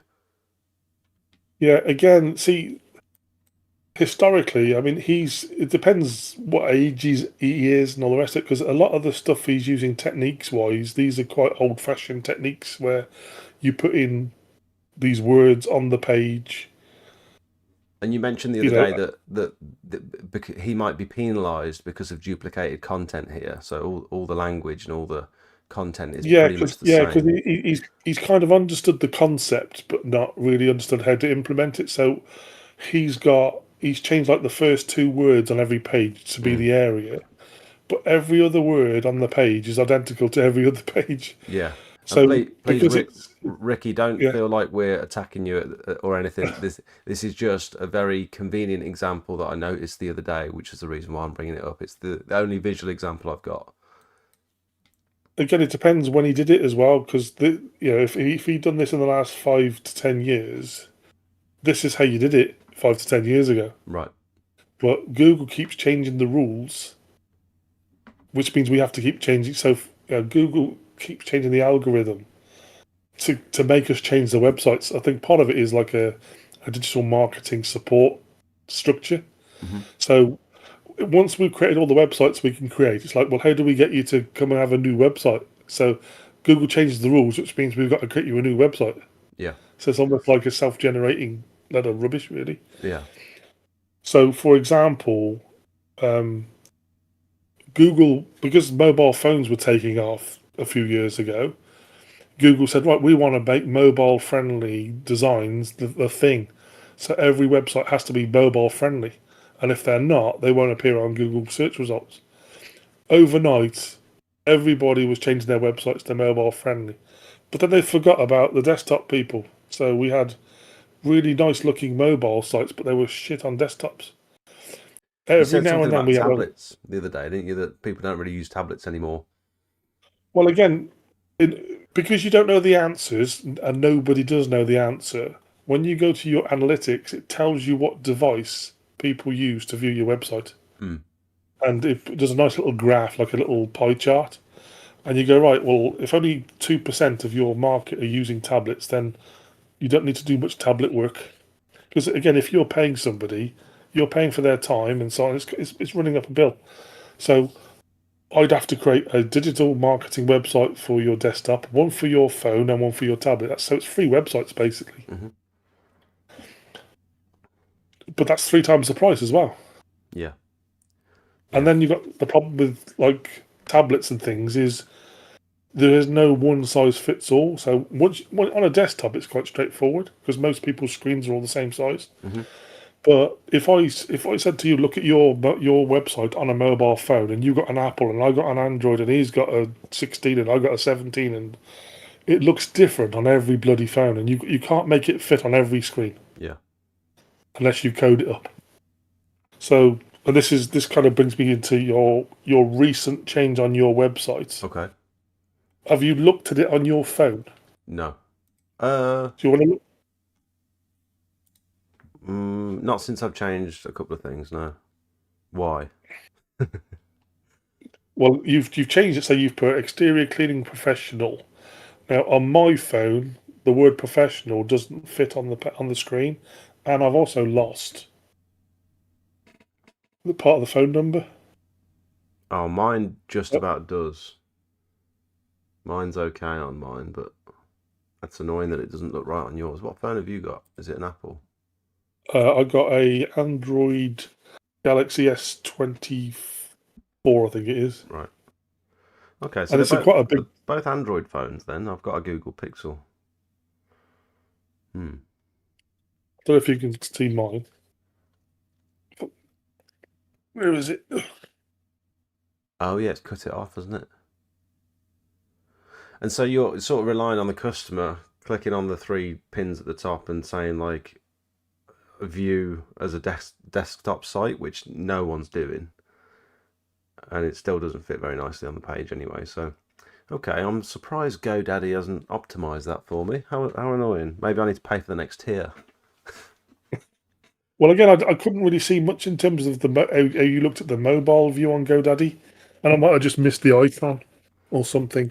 Because on Wix, you've got like a picture of a desktop and a picture of a mobile, Yeah. and then if I see the 2 different views, I can make them look completely different. I can change the order that they appear in and all sorts of Right. stuff. Okay. And I don't know whether you can do that on GoDaddy or not. Okay. But what I would do for my phone, because I always look on my phone to see what it really looks like, is on the exterior cleaning professional letters, I would reduce the font size by maybe 2 steps. Yeah. So that would then shrink it down so it would fit. And same with the phone number. And you've also got a bit of it says, join thousands of happy customers in Redditch and the surrounding area. And it's like you hit a return after the and the. Now, that might be okay on the desktop. Yeah, But because I wanted to drop it down so it only took up half the page, but that looks totally different on.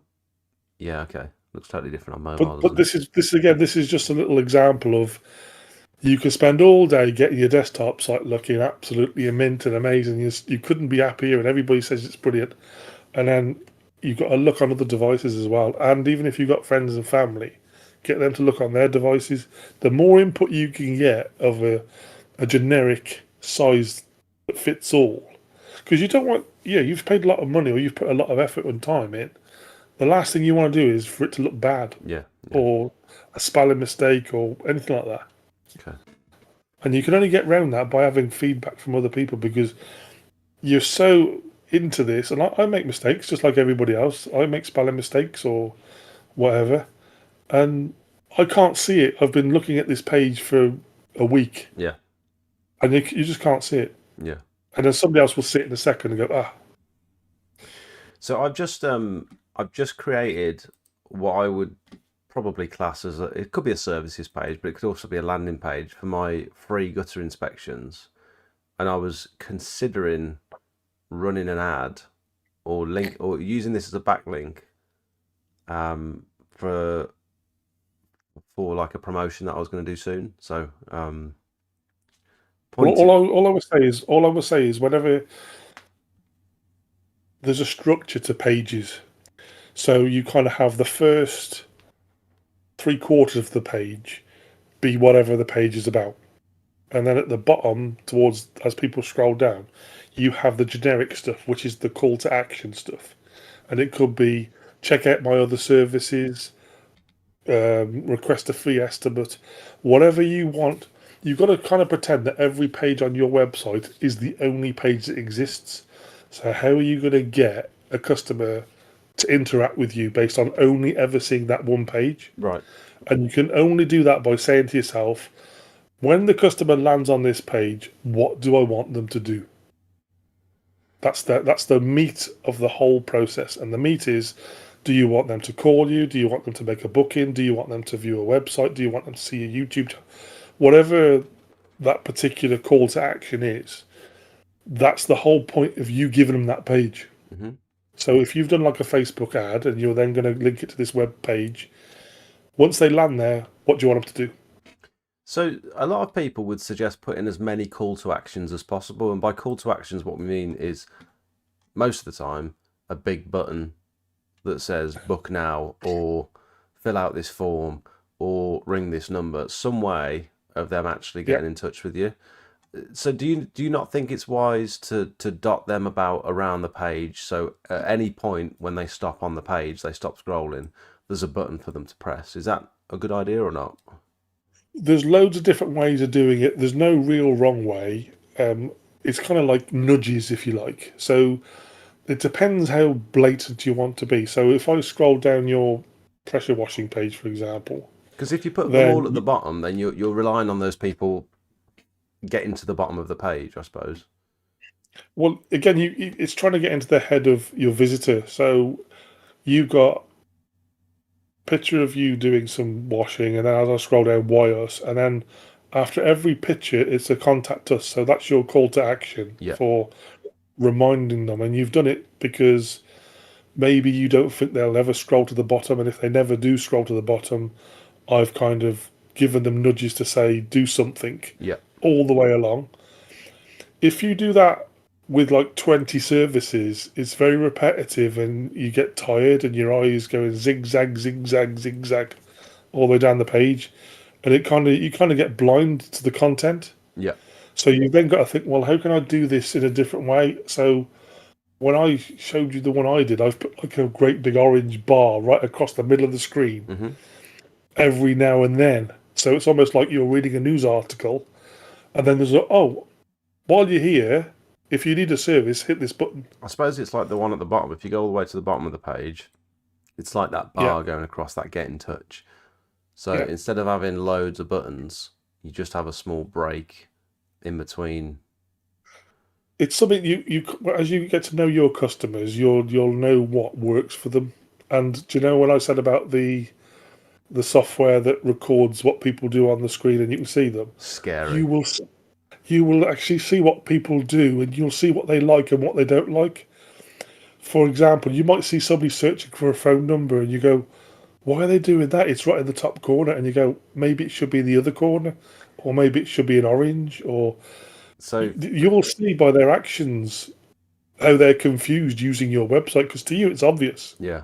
So for those but to watching, them, Russell showed me something the other day. It's a piece of software on his computer where he can actually watch a video that tracks people's interactions with websites. So every time someone comes onto the website, you can see how that you can basically see all the mouse clicks, how they're navigating the website, scrolling up and down and stuff. And it's a video, and it records it and saves it. And I didn't even think this was possible. I mean, if someone like yourself can get hold of software that does that, imagine what's possible at Google. I was just saying this the other day. Imagine what they're doing to track people's clicks and how they're navigating. Well, this is like, again, this is a GoDaddy thing. So in order to enable that on your website, we have to put a piece of code in the header section of your website, so it appears on every single page. I couldn't find an option to do that in your GoDaddy portal. Hmm. So because of that, we couldn't enable that particular piece of software. Hmm. So that's just another little red flag for me of saying either tier one of GoDaddy won't, maybe tier two will. Yeah. Again, I'd have to look at what GoDaddy offers, why they restrict certain bands and so on. Okay. But I mean, you have got a lot for your £6 or whatever it is a month. It is good enough for what you're trying to do. Hmm. But we're trying to elevate that now and like add micro interactions and fancy menus and make the whole site like things flying from the left, things flying from the right, all that kind of stuff. Does all that stuff slow down a website, or is that I on think the on user's end? GoDaddy and Wix and all that kind of stuff, I'd say no.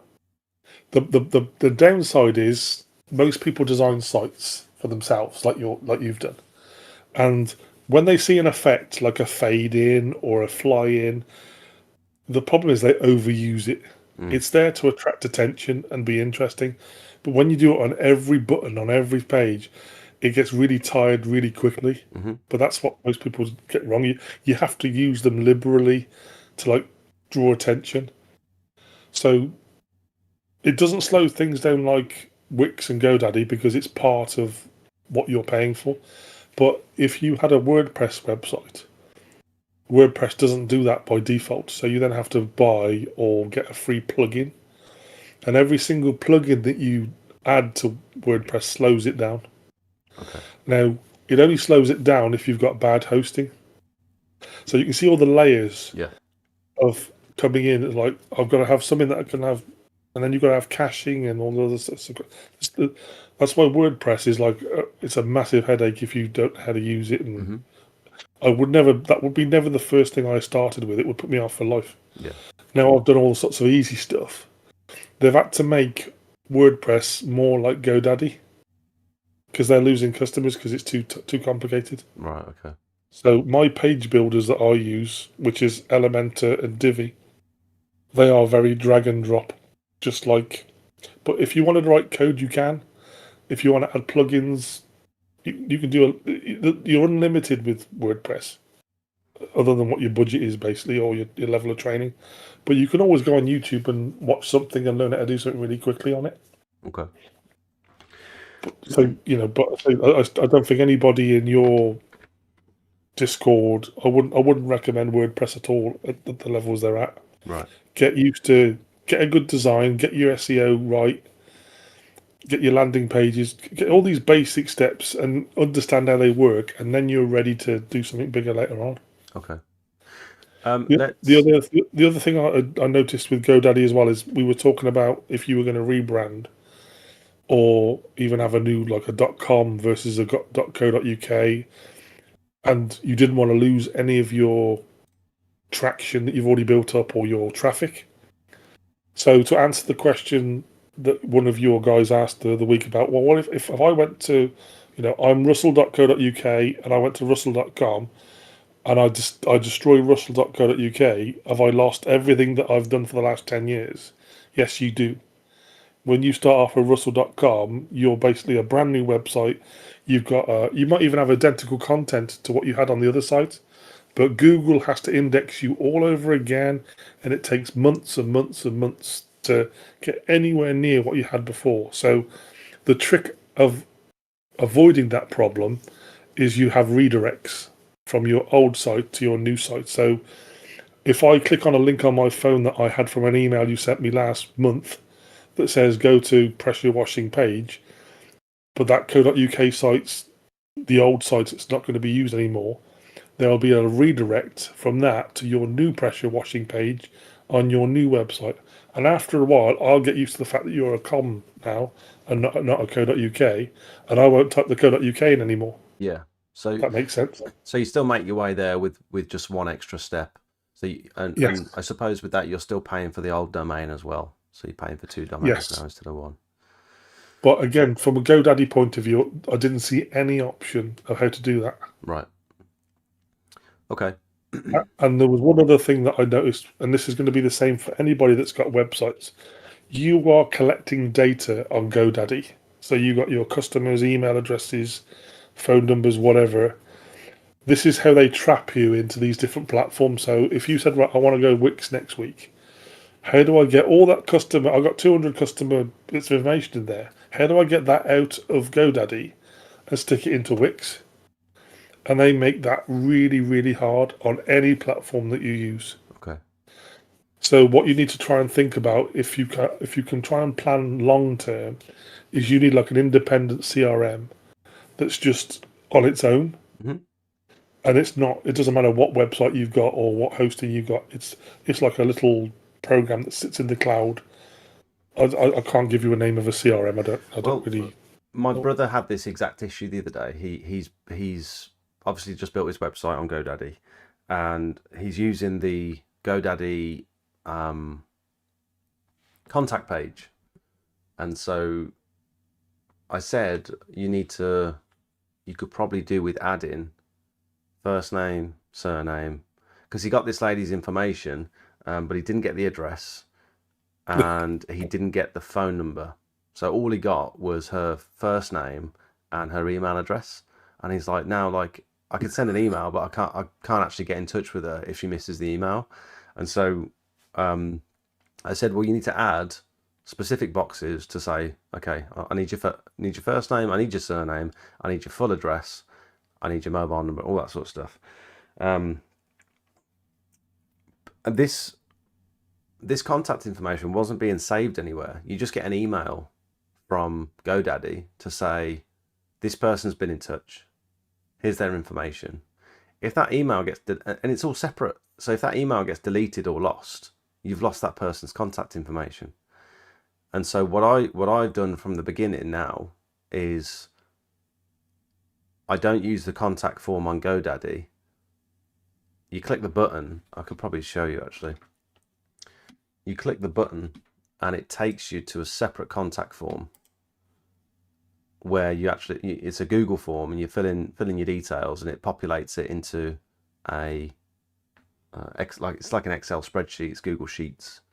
And so all of my customers' information is now separate from GoDaddy. So if I decide to ditch GoDaddy and go with something else, I'm not losing all my customers' information. And it's stored neatly on a spreadsheet where if I want to send mass texts or mass emails, it's really easy to filter by area and stuff like that. I mean, I know. It sounds a bit sinister what they do, but they're trying to protect their revenue. But what you'll find is that you've got like GoDaddy level 1, and then there'll be a button on there that says email marketing, and you'll click on that, and they go, right, you can have that extra for $9.99 a month, and then but that's only to send 1,000 emails, and if you want to send 5,000 emails, it's $20.99 a month, and so on and so forth. But because you've already got your customers' information already in there, all you've got to do is create a pretty email and then go, right, I'll click on all my customers and I can send them out an offer or a deal or a free gutter cleaning thing that I've created. So it's kind of there to help you and make it very easy as a transaction. But from their point of view, they just want to charge you 10, 20, 30, 40 pounds a month. And before you know it, you're paying £150 a month for your website. Yes. Feel Free Travel just commented and said Google hates that system of converting off page though. Any comment on that, Russell? Because there's a bit more, So more meat on the bone. I think what he's saying is me redirecting people off of my website to go and fill in a Google form. Google doesn't like that. Yes. So again, there's penalties for doing even the redirection is wrong, and it's like against Google's rules, but it's not designed to be like a permanent thing. It's a transitional thing. So when Google does a crawl of your website, your every single page has a number. It'll be a 300 or a 400 or a 301 or whatever, and each page is kind of given a specific rating based on that. But if Google was looking at your website in 5 years' time and you've still got redirects, you get penalties for that because it's not supposed to be. It's supposed to help you out from like a short term thing, and it's more about educating your customers than the digital side. Mm. But you don't want to sort of get to where you're page one at the moment for a lot of your searches, and then just go right. I'm gonna have a com instead of a co.uk and lose all that work just because you've changed the domain name. Yeah. It's just a little bit of a workaround, but it's not like there's no perfect answer because everybody just wants you to start again from scratch, and it's like it's so painful Yeah. having built up a lot of followers and people know where you are, and I type the word smelt in and it just comes up straight away exactly what I want, and now it's gone, and it's like it can really do your nut in for a while because you have Yeah. to wait for it to build up again. So that's it is I do get what he's saying. It's not like a best practice thing. It's just some way to try and not lose everything you've put all your heart and soul in. Yeah. Should we do I a mean, few? Go yeah, on. most people don't have the courage like you may have of I'm going to have a completely different company name. Yeah, You know, it's a difficult. It's not something I'm taking lightly. A massive rebrand, considering the level I'm at now, 5 years in, it's not something I'm like, yeah, taking lightly. I know it's a risky move. but again, it's like yeah, but if you leave it much longer, it'll be that much worse. Yeah. So that's kind of you're on that little edge now of you're pretty knackered whichever way you go, but there's going to be pain now or pain later. Yeah. You're going to have the pain. It just depends when you want to have it. Should we move on to some quick fire questions from the chat? Yeah. So Matt's got a question. What are the biggest misconceptions or myths about SEO that end up causing more problems than they solve? Well, it's like you said right at the beginning. It's people promising you stuff. You know, I am a like best endeavors. You know, I'll do my best to get you where you want to be, but I'll do it the cheapest, most organic way without costing. You know, if I was a Google Pay expert or if I was a Facebook Pay expert, I might be different. But I've not really had a lot of success with it. I've not really had customers who want to invest a significant amount of money to prove it works or not. Yeah. So the variables are massive on the paid side. So the misconception is, like you said, you get these 100 emails a week saying, I can guarantee you on page one, I could do. You can't. Because you don't know what your competitors are doing. And you don't even know, there might be cyber attacks involved and all sorts of other stuff going on. Yeah. So people promising you stuff is probably the biggest thing. And I try to low level everything as much as I can to explain it so that anybody can understand. Whereas you can tell straight away if somebody's just talking acronyms at you and just going off in different directions very quickly, they probably don't know what they're talking about. Yeah. And they're just trying to make themselves look clever. And well, he sounds like he knows what he's doing. And then 3 months later, he's ruined your website. Yeah. And, you know. Took thousands of pounds from you. So would you agree that backlinks are an incredibly powerful tool with SEO? Should we all be writing blogs and linking them to each other? So we spoke about this the other day. So you suggested that I create a blog on my website, and instead of posting something to Instagram, something to Facebook, something to my YouTube story, whatever it might be, that I write one blog on my website and then share that across multiple platforms. That's the most efficient way of doing it. And if you've ever sat there and done it for 5 different platforms, you'll never want to do it more than once. It'll put you right. You haven't got the time for a start as a company owner. You just haven't. And at the moment, I've inherited my company's previous marketers. So we've currently got 2 Facebook pages, 2 LinkedIn pages. And because I got half my audience on one and half the audience on the other, I can't get rid of them. Yeah. One of my Facebook pages is a person page, and one of them is a business page. And it's like, because I've got that many followers and stuff, I can't. I'm not using the Facebook page the way it's supposed to be used, but I've got no choice. Mm. Because if I get rid of like 7,000 users because they think I'm a person and not a company, even though I've branded it all as a company, I still get friend requests. Yeah, yeah, It's like, and again, this is another possible misconception or mistake people make. They start off with their own Facebook page and then they try and turn it into a business page, hmm, and then they can't separate the two. And then you've got like, oh, I've been to a wedding the weekend. Well, that's nothing to do with your company. yeah. And you've got your own personal photos on there and stuff. And it's once you get a sizable following, it's very hard to separate them. So I've got a question on that because if I was to start a blog on my website, is that content relevant to what a commercial customer visiting the website is going to want to see?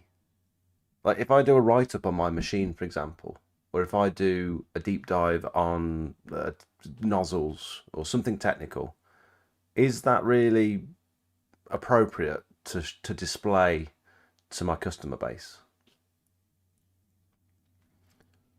Domestic customers. See, the thing is, because you're trying to do two things at the same time, you're quite a unique challenge. Mm, So you're trying to be like community support and generate inquiries at the same time. yeah, So it is a really difficult thing. The only thing I can suggest is you kind of you can hide it behind Discord if you like. So you could almost have two blogs where you're helping your community blog, and then you've got like a generic blog, and nobody can see the other one unless they're part of Discord yeah. type I of thing. suppose let's sort of move it away from me specifically because that's going to get confusing. But from a generic blog point of view, if you are just running a company and you just want to like generate interest so that you can get customer inquiries, then yeah, write a blog about the subject that you're passionate about. Um, I don't know, rather than maybe going into the equipment level and nozzles and stuff like that, more about, you know, how you walk up to somebody's drive, how you make the decision, how do you work out what it's going to cost, what materials are you thinking of using. It's quite a high level thing, but it explains to the customer that it's not a really 5 second anybody can do it job. You're Yeah, actually putting a professional. Wow, I didn't realize it was that involved. The guy's looking at my bricks and what kind of surfaces it is. The decisions that you make walking up to my door is immense, but and you don't does really think about it. the idea of updating your website, say every week, for example, with a blog, does that have any impact on Google? The fact that you're regularly making contributions to your website, not for example your My Google Business page, but your website specifically. Does that? Because again, just by accident, you'll write a blog where you're going to use keywords because you're communicating in English. So you'll write it and you'll use the word driveway cleaning or whatever, but just because it's normal speak. Yeah. And because of that, that blog post will appear as a Google search result. So Dan the Cherry Picker Man from DJI Access, I noticed today that he's regularly contributing to a blog page on his website, and it's very detailed to be fair. And he talks about his jobs. He literally goes day by day and says, "What did I do this week?" And this must be absolutely peppered with keywords and stuff that's going to be relevant to work that he wants to generate. Who's this? So this is Dan from DJI UK. So we call him Dan the Cherry Picker Man. So DJI UK. It's yeah DJI High Access. It's DJI-UK.co.uk, which I suppose in itself is quite a confusing DJI hyphen. Sorry, I didn't UK. get it. It's all right. UK. DJI-UK.co.uk. Oh God. Okay. Right, so it's his blog. Okay, let's have a look. And while you're just having a little look at this, for anyone that's in the Discord, this might be a good time now to go into the marketing section. If you'd like Russell to have a look at your website, and we can give some feedback maybe, this might be a good time to just copy and paste the URL to your website.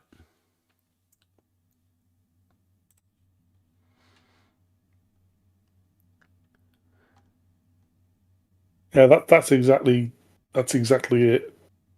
Like I said, he's just talking like he's having a conversation with the reader, but he can't help but put keywords in there because that's just how you communicate. And locations. Oakwood, Yeah. Derbyshire. Yeah. This is pretty genius. To be fair, I hadn't even considered that a blog would be useful. I thought, oh, who's gonna write? Who's gonna read it? And even if no one reads it, you're still contributing to the website, aren't you? Well, if you go back in time and say, right, you've just started your YouTube channel, did you kind of go, well, who's going to bloody watch it? You know, you got Um, like you, 45 million views. yeah, YouTube's a bit different to a blog though. It's very visual, whereas a blog is just a wall of text generally with a couple of the pictures sprinkled in. But he's gone the next step, so he's actually he's put bold on things that he wants your eye to catch as you're scrolling down. Mm, So he's got like the genie lift on the blog and he's made that in bold.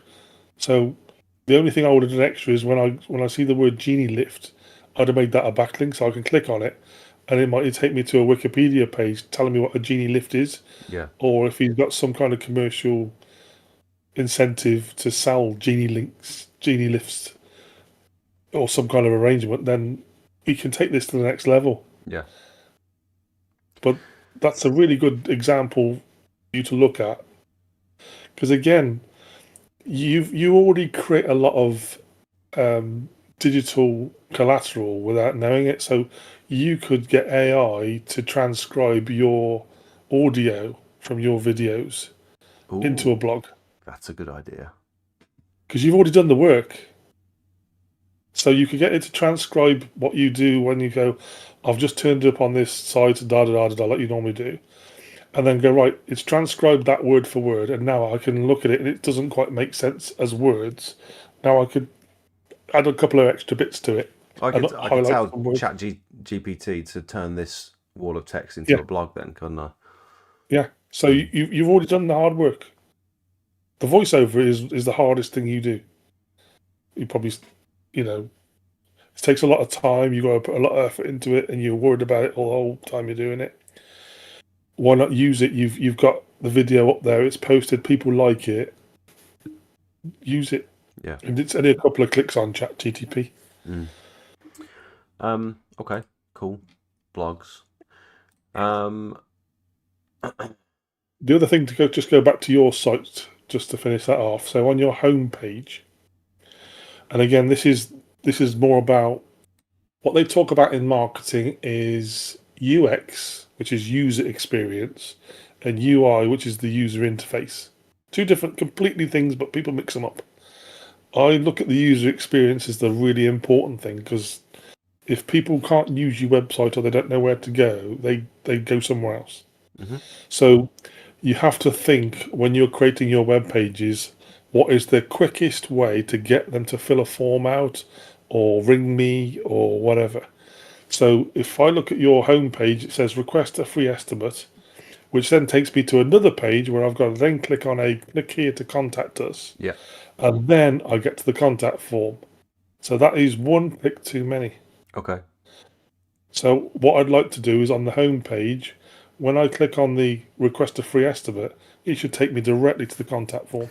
So my logic here was I want them to also see the areas that I cover, I suppose, and see where the location is rather than going straight to a contact form where they might be on the other end of the country, but they don't know that because they haven't seen the contact us page. But I see your point. Well, again, I don't know the restrictions of the Google form, so I could put I can, location on the Google form, definitely. I already do that for yeah. my gutter inspection form. And again, your form's not bad. So I mean, you could even have a pull down with list of areas that you do, and if their area doesn't appear on that pull down, then they won't fill out the form. Very good idea. Yep, perfect. So again, you just got to look at how the journey that people take.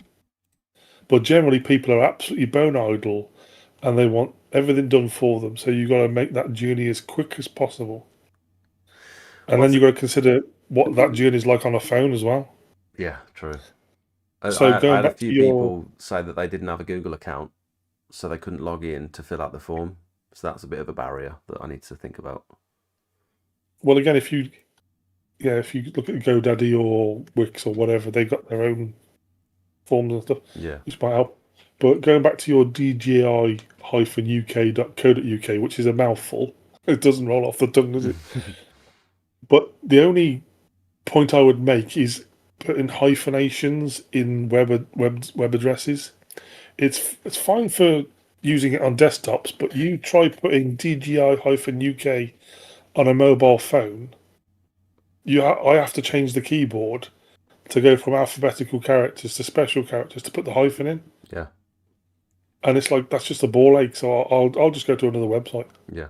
Yeah. So Okay. again, you did it well because you've used your name as one word. Most people will be tempted to go smelts hyphen pressure hyphen washing, Yeah. but that would be a nightmare to type that on a phone. Okay. Let's have a look at some websites. So thefreshrinse.co.uk. If you like, I can just copy and paste it and send it to you in the chat. Is that easier, Yeah, or would you rather? yeah. Right, I've sent it That'd you be on a good. message. I'm going to send you all of them actually, because it just makes sense for me to just do it, all of them. Oh, that's not a good sign. Why is he laughing Oh. already? But we should do some polls on this, like votings and stuff. We can vote. Yeah, we can vote. I can set that up Because for I'm you. like, I don't like to be like negative or because I know people don't know any better. It's not like they know the rules and they've broken them.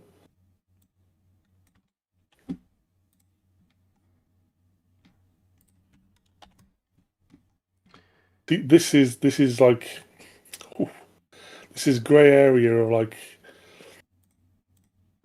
almost personal taste, and as I said to you before, it's this relationship you have with your website. This totally doesn't make any sense because Okay, it's let's let's get you into don't it. have a relationship with leaflets, do you? No.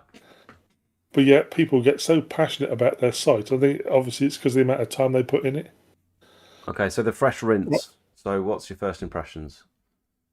Let's The try and keep these, I suppose, quick because we've got a few to get through, haven't we?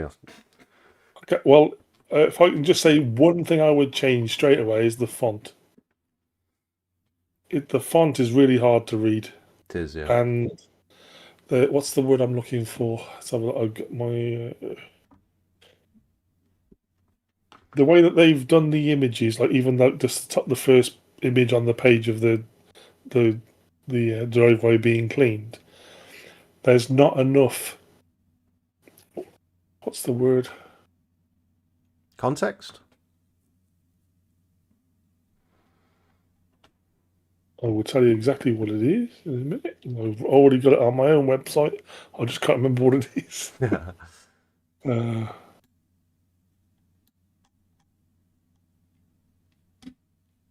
no, it's contrast.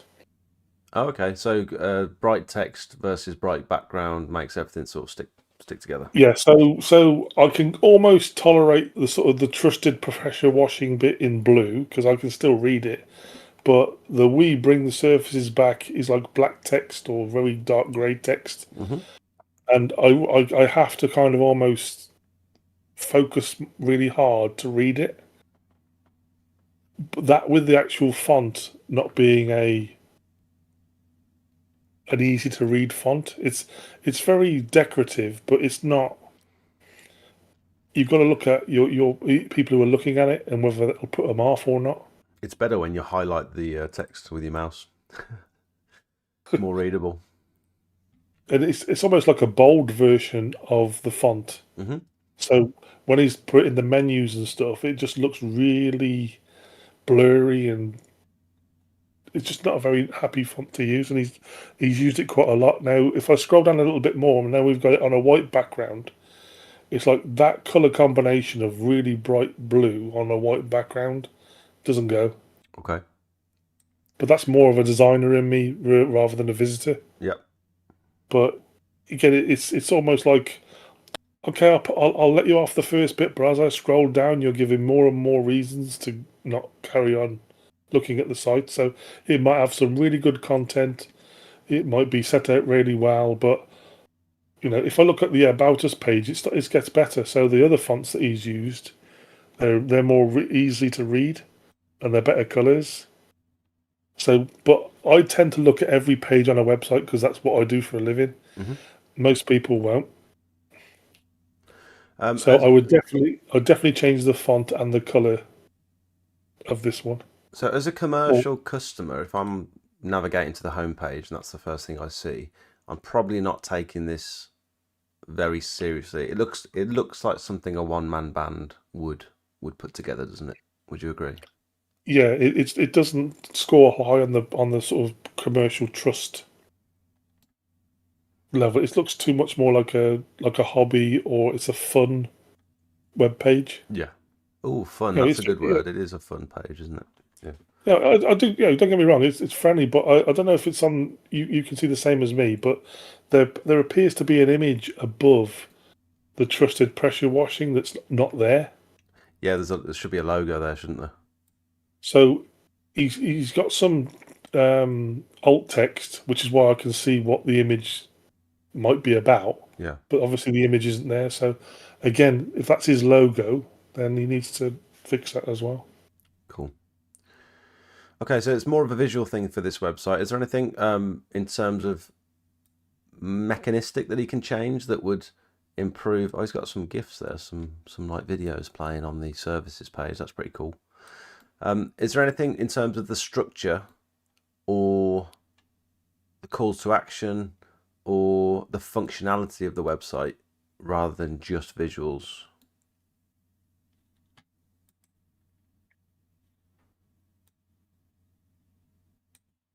Oh yeah, so he's got his gifts here. See, this is it. You see, this is kind of letting you into like, yeah, he's got some good ideas, but again, contact form, get a quote. So his contact button actually takes you straight to the contacts. That's good. Fresh rinse services. Right. So I don't know why that's happened unless he's got a URL problem. So I've gone and clicked on the homepage. I've clicked on the fresh rinse services button, which has taken me to the services page, but that's come up as a not secure page because the SSL part's not working properly. Oh yeah. So again, that's a bit of a red flag. I know it's nothing serious, but if I didn't know anything about the internet and the websites, I'd be going, hold on a minute, has this taken me to another website that's like been hacked? Does Google penalize this for not being secure? Yes. Ah. So you have to make sure it says HTTPS in all the links. So what he's probably done is he's created a button and he's accidentally put HTTP on it instead of always web design software's done it by accident. Well, So there's no reason. I'm I've never seen scrolling. that happen before I'm where scrolling to it's the gone. bottom, and it looks like it's been designed by some sort of company, maybe Skark's design. Yeah, and again, see that's an opportunity for a backlink. So you click on Slark's design, it will take you to their website, Mm, but they haven't put the backlink in. mm. So that So might be just a one man band web design person. yeah, okay. So again, there's a few improvements I can make, but nothing drastic because I don't do drastic. Let's change everything because you want to retain the personality of the customer Mm, and not try and like say it's really bad and upset him and everything else. yeah, So again, there's more okay than not okay, but a couple of changes that would really highlight or elevate it and make it look a bit more professional. I would say with the gallery, the before and afters as well. It's not so it's obviously on a slideshow. It's not so clear if you were to just scroll down the page quickly that this is on a like a slideshow that's playing. It looks like you've just got one picture. Until you hover over it, you can just about see the arrows that says next, and then you realise, okay, there's a whole gallery here, and then you realise you can click on it, and you've got about Yeah, and 13 pictures to go through. again, you got to think how that would look on a phone. So let me have a quick look on the phone Mm. because this is where they generally all go terribly wrong. Is it appropriate to take a customer review from Google Business page and put that onto a website as a testimonial? Yeah, I think so. And also, website builders like GoDaddy and stuff, they will pull from your. If you go onto my website and then scroll all the way to the bottom, it pulls from my customer reviews from Facebook and or Google, depending on how you set it up. And I think it just sort of picks them at random, unless it does them most recent. I don't know. It could be most recent. Yeah, so the mobile experience is it's worse than the desktop one. Right. Okay. So it's a fundamental design thing because he hasn't got his logo on there either. So again, I'm not saying it's like a huge amount of work. I'm probably talking about half an hour to sort that site out.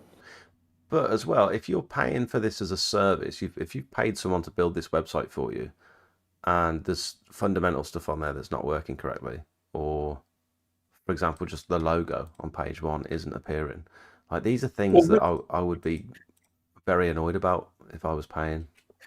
Well, these kind of sites I would class them as somebody's starting out as a web designer and they've offered to do your free website to build up their portfolio. Fair enough. I didn't think of it like that. So, No. so there's a lot of those around, which we all have to start somewhere, and I've done some similar myself. And as you know, when you start out, you're learning as you're going as well. So you might not do everything perfectly. So there might be a bit of that involved. But the thing is, the problem is, it feels like that. Yeah. And if it isn't, and if it's a professional company doing it, then they're not really following any design principles at all. Okay, let's move on to Dusty's website. Dusty's Exterior Cleaning. You should have a message. Okay, so instantly, straight away, it's a completely different experience. So first 5 seconds is colors are really good, contrast is good, I can read everything, I know exactly what they do because it tells me a little paragraph right at the beginning.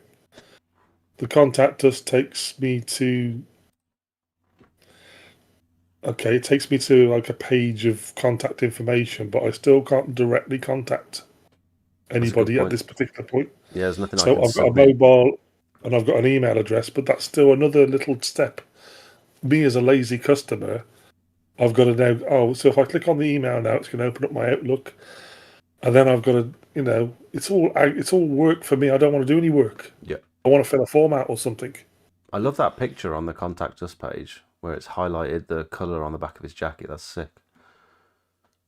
Well, these are little tricks that you can do in Canva. So basically what you can do is that might be a colour photograph to start with. Yeah. And you can tell Canva to ignore all the colours that so if I click on his jacket and it was orange, for example, I could then desaturate that colour so it turns into black and white. Yeah.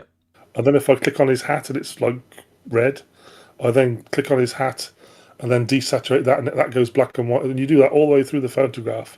And the only thing that remains in colour is his logo. Yeah. Or if you know how to use Photoshop, you could basically clone the image, turn one image into black and white, and then erase the logo on the black and white and it turns into colour. That's another way of doing it. But Canva's easier to do it on. This going back to the homepage, scrolling down a little bit, this is very similar to the layout that you did when you sort of built out my website using your software. Yeah. Where you've sort of very clearly listed the services without trying to pepper it with photos and stuff. You've just got a nice basic list of services, and then you go down, you've got call to action, and it's all very clean. It's very organized. Well, that's a really good section for how do you add keywords to your website without looking like you're adding keywords? Yeah, it is. Because it looks like a normal advertising-y kind of thing, but he's put window cleaning, gutter cleaning, roof. Those are all his keywords. These are all great. Mm-hmm. The only thing I did with yours is when you click on the window cleaning, it takes you to the window cleaning page, and when you click on the gutter cleaning, it takes you to the gutter cleaning page. Yeah, this one doesn't do that, does it? So again, you can see, I mean, a lot of these sites are going to end up very similar. It'll only be the logos that are different and which order they put stuff.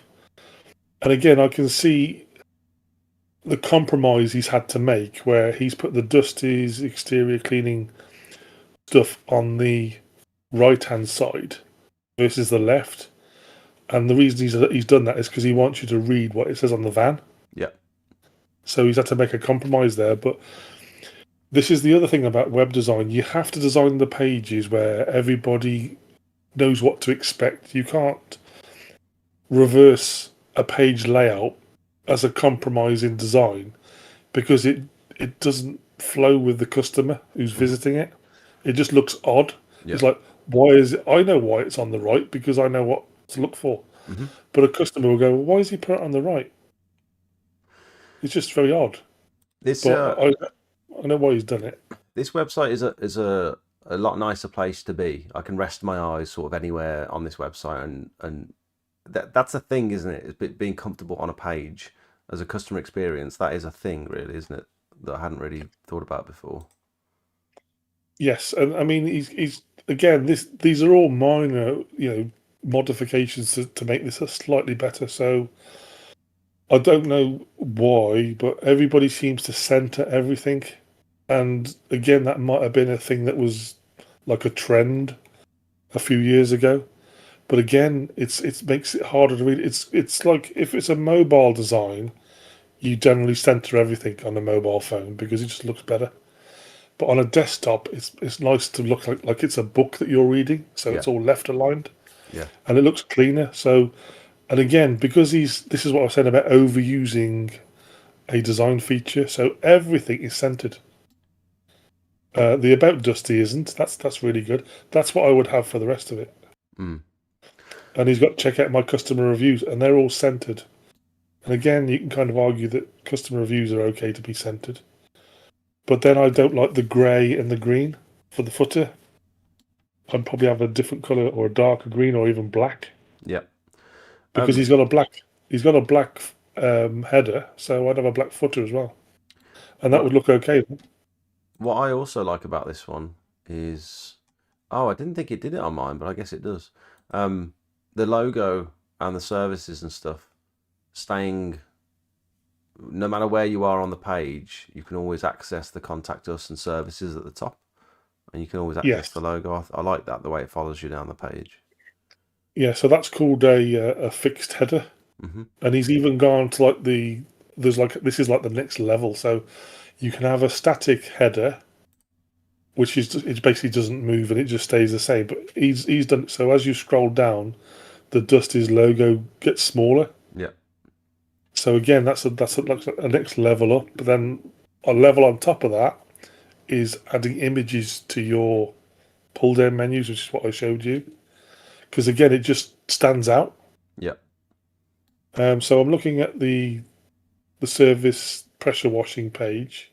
So again, this is all good now because he's left aligned that. The image is good. He's still got his green in there. He's done a bit of. If I hover over the image, that's the alt text that's coming up, where it says pressure washing mage image one. Oh yeah. So that's good because it's pressure washing. It's in line with what the page I'm on. So that's good for Google. Font size is fine. It's legible. Yeah, so I think that's the best page so far. There's probably nothing I would change with that. What are your thoughts on so these first two images on the pressure washing page? That is Indian sandstone that has been cleaned and it's dry, and that's clearly the after photo. The next one down is some block paving that's been cleaned and resanded, and that's an after photo. Do you think it's more effective? Because this is what I struggle with as well.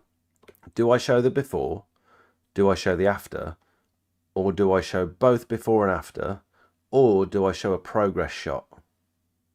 So, for example, on my website, I've got on the pressure washing page, I've got progress pictures of me actually doing the work because I didn't want to do a before and an after because it cluttered the website, and you can't really see the results. Yeah. I like where you got no job too big or small. So that's your in progress shot. But I you think can't that's you can't really see the quality of my work just from this page, which is something I've been trying to figure out how do I incorporate that without cluttering it. As a customer, what do you want to see? Well, I'm like anybody else. You want like a 1.5 second look at an image, and it's like before and after is the only way to do that. Yeah. Because the image says that's like 3 paragraphs of text. That one image. There's the before. There's the after. You know. Yeah, and Craig says have a gallery page, and that's all well and good. Like on mine, I've got a gallery. I think it's only on the roof cleaning page, I think, but I've got a gallery at the bottom of the page, so you have to scroll to the bottom to get to the gallery, and then if you put the gallery at the top, it's taken up so much real estate. Well, what you have is you have a gallery page. So one of your menu items is called gallery at the top, so people can selectively. And again, if you think about reviewing the little videos of watching people use your website, yeah, you will see them scrolling to the top and clicking on gallery if that's what they're interested in. And if they're not interested in it, you know that that's not really helping you at all. mm-hmm. So I would have a separate page for gallery because you're going to have I mean, the other thing with gallery, if I had a specific page, then I could have a roof cleaning gallery. Yes. As I scroll down, I go. So all my gallery pages are in sections. And this might be a good time. This might be a good time to promote the fact that if you join the Discord as a boosted member, and you get access to not just hundreds now, but thousands of gallery images that you can use on your website, and they're all extremely high quality. And this is what I'll do now. Actually, now that you've said that, I'm going to create a gallery page, and I'll have multiple galleries on one page: one for roof cleaning, one for patios, one for. What I would do tarmac. you're still going to have some imagery on the specific page, like one or two, like you've done just to navigate the page. But your gallery page will that will show you haven't just done 3 driveways, you've done 500. Yeah. You know what I mean? That type of thing. Again, it's just about confidence of like, you don't want somebody to just come in and go and never see him again. You got to kind of try and help them with all these problems. The more I look at the Dusty's site, it's really good because it's just really clean and straightforward. And you know, if I was looking at this as a web designer, I'd be reading all the text, seeing if it makes sense. Mm-hmm. I'd do an AI check on it to see if it was written by a human. I'd do all sorts of little tests. But again, at the level of like startup, I think it's really good. Yeah, cool. So I like that one. Galleries make your site laggy and slow, sadly. Google likes speed. Well, again, this is all again about the hosting side of. So if you think about, right, you've took a photograph on your phone, which could be 5 megabytes. It's a massive image, and nobody goes, oh, do you know what? It's going to go on a website. It's only going to be like the size of a postcard. No, they just stick the 5 megabyte image on there, so it's like gigantic, right. And it's gigantic size. Now, some hosts compress the images. WordPress has like a plugin that'll compress the image on upload, and you can decide however big it is. Wix and GoDaddy have probably got their own bits in there, so I'd only know if I went to your website now and I tried to save an image off of it to know what size it was compared to the original. Yeah. So, as you know, I nicked some of your images and they were pixelated, so there is some compression being used there. And so the more compressed the image, the faster the website, because it's not taking as long for the user to. What you're supposed to do in the real world is you're supposed to go, right, for example, if I look at this Dusty's again and look at the About Dusty image, that's got dimensions as I can physically see it with my eyes now. Logically, what I would do is I would make the image that size before I uploaded it. That makes sense? Yep. And it could be like a 5 megapixel image when he took it on his phone, which is too big. I've then put it into like Photoshop and I've resized it to fit on my web page, but nobody does that because it takes forever. If you do that for every image, I've never found an easy process of doing that. So what people do is they upload gigantic images and they hope GoDaddy and Wix and WordPress will sort it all out. Bolton And that's when you says, get into the mess of your site gets really sluggish because you've got a load of images. Because what WordPress does, and this is one of the things I don't like about WordPress, you upload one image and it then creates like 10 images of the same image, all different sizes. okay, And before you know it, if you look in like your Explorer view of your website on WordPress, you've got like 10,000 images. yeah, And you only ever see the mobile version of that image or the desktop or the tablet. But it thinks it's trying to help you, but you have very little control. So when I'm doing my checks, a lot of the time it will say the image on the home page is too big. Here's the dimensions it should be. So then I then copy it off the website, put it into Photoshop, resize it, upload it back again, yeah. and then that error goes away. But that's when you get into like the top tier of optimizing your website. There isn't really an answer for it because it's like a very manual process. There's no best compression software out there that you Bolton can use. says convert them all to WebP. And I've seen when I've tried to save photos to use them as like thumbnails and stuff, it saves them as a WebP instead of like a JPEG or a PNG image. And I still don't know what WebP means. So I'm guessing that's some sort of compressed web only. Yeah, it's one of the newer formats that have come out. So JPEG and PNG will disappear at some point because everybody knows what they are, but they're just not fit for purpose anymore. So yeah, you can convert them or save them as the right thing, but again, that's a bit more specific knowledge that you might need or get the right program to do that. And it's another step in the process. So if you imagine you've just said, I've got 10,000 images on what are we on Discord? Yeah. So what if I said to you, well, can you convert them all to WebPs? Yeah. That's another load of work, isn't it? Yeah. No thanks. Okay. Let's go across to www.jwexteriorcleaningservices.co.uk. Oh, we got a video. Ooh. Okay. So again, do I know what this company does or what service they offer? I don't even have to read the words, do I? Because the video tells me everything I need to know. The only negative I could say, which hasn't been on my current experience but may happen, is if I had a very bad mobile signal when I landed on here, it might wait for that video to load before, my 2 seconds of interest have gone by then. Yeah. And I've gone somewhere else. Now, he might have sorted all that out with the hosting and he's got it cached and he's got all the special. I don't know who he's got it with. Have a quick look. I've just noticed a slight issue when I expand the page. There's like I don't know if you guys will be able to see this, but there's a Google review thing on the top left and a couple of links to Facebook and Instagram that sort of disappear. I think that's something to do with the formatting in the code. So that says to me this probably wasn't built by a template. This is probably a custom website. Yeah, he's got some nice. This is probably the most professional one so far. So he's got some micro interactions. All the colours are good. They all talk to each other.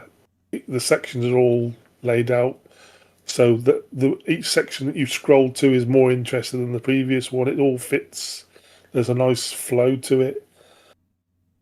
I do like this one. You can see it's him as well. Apart from there's a couple of videos in the very beginning that are clearly stock videos, I would say. Do you care as a customer? You can see it's him on the scaffold tower doing some roof cleaning, doing some flat surface cleaning, doing some gutter clearing. Then it moves over to a bit of stock imagery. Do you care as a customer? That's a tough one. It's very hard for me to take off my web hat because I will be able to tell a stock image a mile away. Yeah. Whereas I can't really think as a normal person Okay. to go, would they know if it's a stock image or not? I think the fact that he's got some of his own images in there would hide the fact that they're stock images. Yeah. But I personally would have a problem with it, Cool. and he might. And again, as a web person, I would still give him the benefit of the doubt. Going, he's used stock images because he hasn't got any of his own, but he will have at some point, and he'll change them Yeah. because And he'll want to have his own images in there.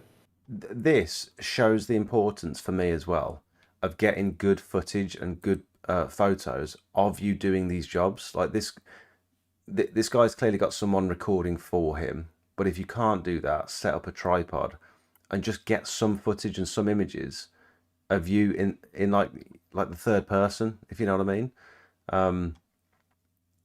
Because Well, this is what I was talking to you about, like cherry picking. So this is why, to me, a website's never finished.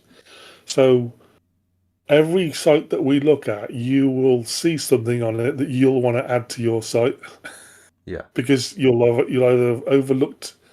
Oh shit! Yeah, I should have put that up.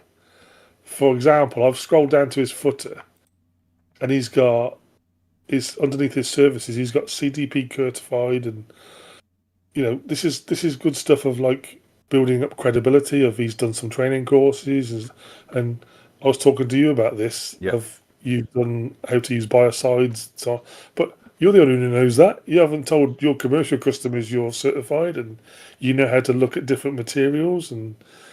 I can trust you on my marble floor because I know you understand all that stuff. Hmm.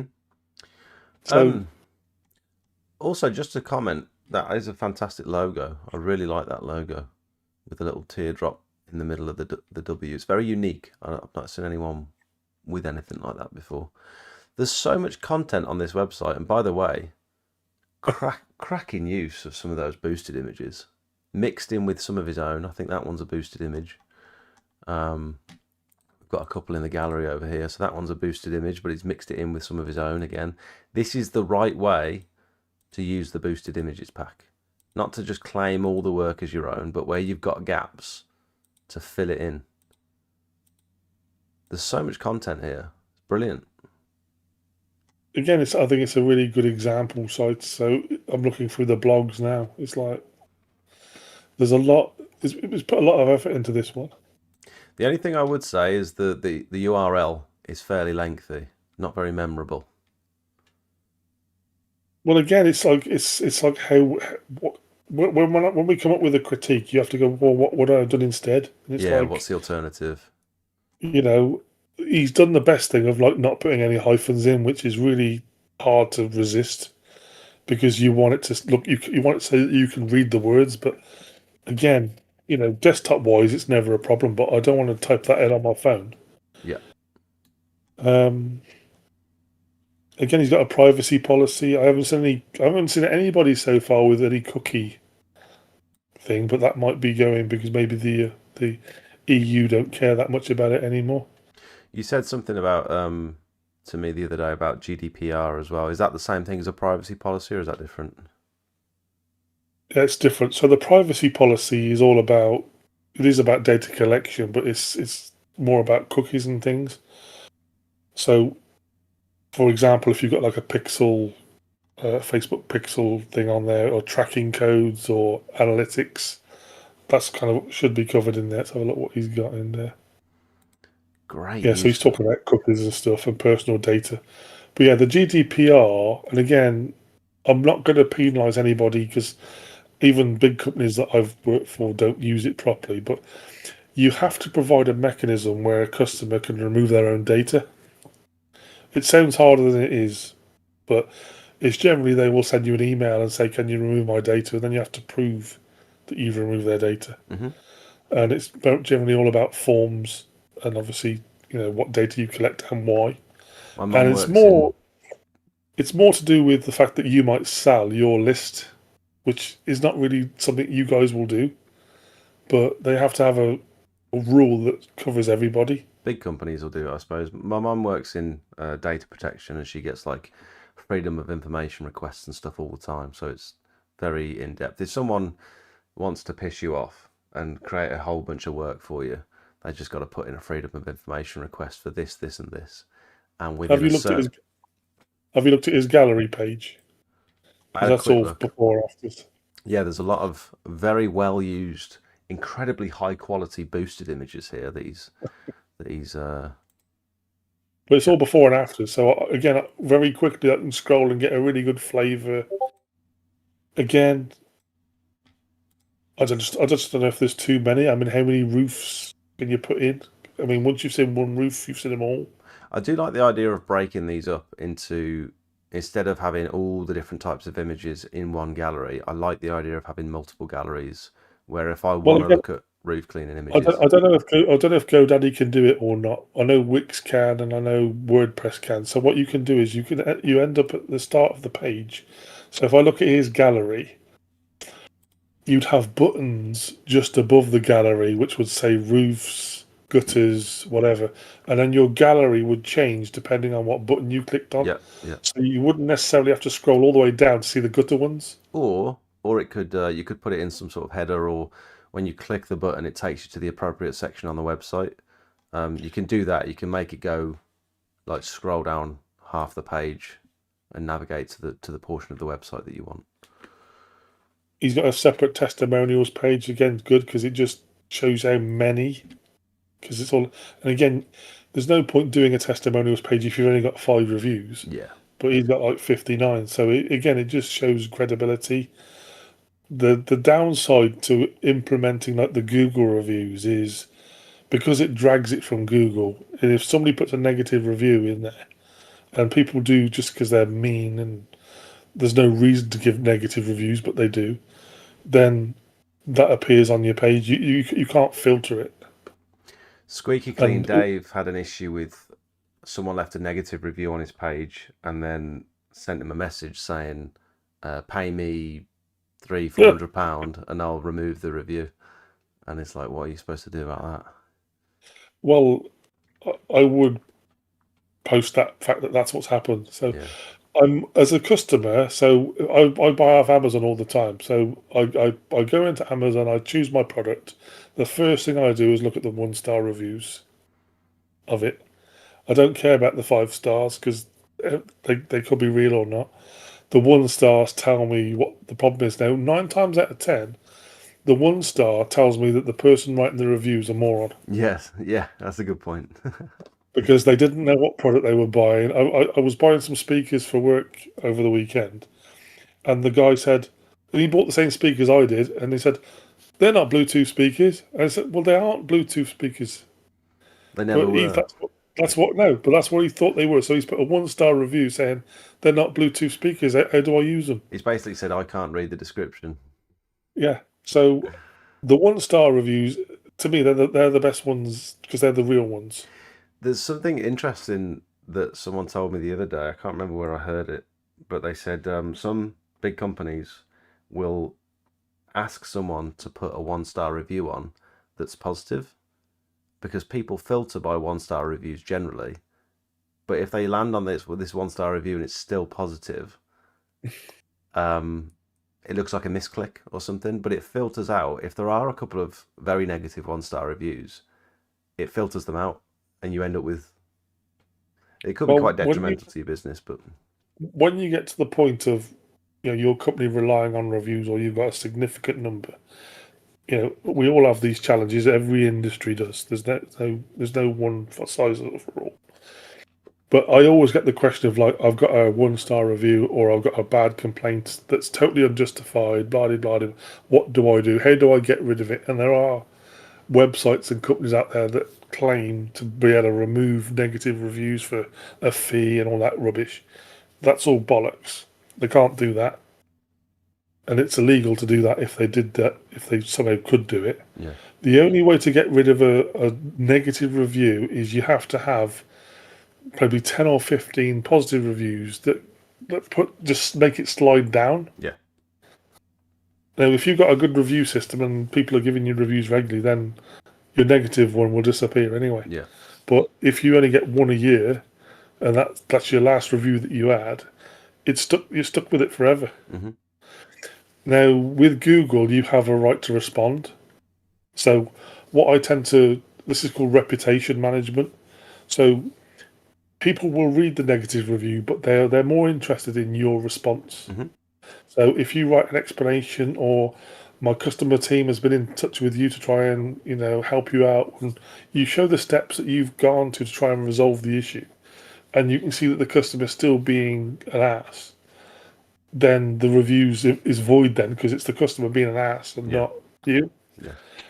But you always have to appear completely calm about the whole thing, very clinical, and no matter how bad the customer is, you've just got to look like you're the most amazing supplier, and you've got to make the customer look like an idiot, basically. Yeah. My Tidy Garden says if they are not legitimate reviews, you can get them removed, providing that you do not respond to it.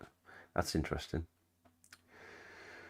On your website, I'm guessing this is on like a template builder website. You can filter reviews to only show 4/5 star plus only.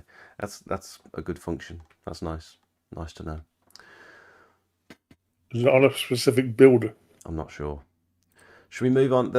Okay, JW Exterior Cleaning Services, fantastic website. I think that's a really good one. We'll be pinching a lot of his ideas, I think. Yeah. Let's make this probably the last one for now. Cotswold Group Services. Now this is See, it's amazing. It's amazing that you can go from like one end to another. It's like straight away. It's like, wow. So he's used an image straight away, but it's pixelated. It's red on blue, which makes my eyes hurt. Everything's centered. I don't know why he's capitalized the first part. Okay, well that's really a very quick homepage. There's not a lot. There's no imagery whatsoever. So that it's making me work really hard to say what is it these people do, what problem are they solving, how have I landed on the right page for the problem that I've searched for. So that's my instant reaction to landing on this page, and it's a property management by the look of it. Now I'm going to like the steam pressure, so I've got an image now. Again, it's very basic, very. I'd say it's functional. I'm keeping Oh, quiet on this one. I know this person personally, so I'm going to let you do the talking. okay, I'm checking out this great video of a waterfall at the bottom. I don't know quite what that's got to do with anything. What page are you on? I'm on roof cleaning. Oh. So he's put check out this great video, and it's like I don't know quite what the waterfall's got to do with Would that roof cleaning. suggest that it's like a template and he's not replaced the template video Yeah, with possibly. one of his own? Oh, it's a GoDaddy as well. So okay. Yeah, so this looks very templatey because all the pages are very similar structure. He's just added different text. But now I've got images on the window cleaning of him by the look of it. So I've got a bit of a gallery going on. So this I'd rather see this more on the first page, because now I can see who the person is and start having a connection with him. Because again, it's quite unique that people want to have their own pictures on their own, because for whatever reason people don't like their own photographs. But people buy from that people. If you can as a person break through the business identity and become more of a face than a generic business, I think that's more personable for a lot of people. See, what I find quite sad, the more I've gone through the site, the better it's got, and the more I like it. But I know, because I landed on the home page and then the steam pressure washing, I probably would not have got us any further than that.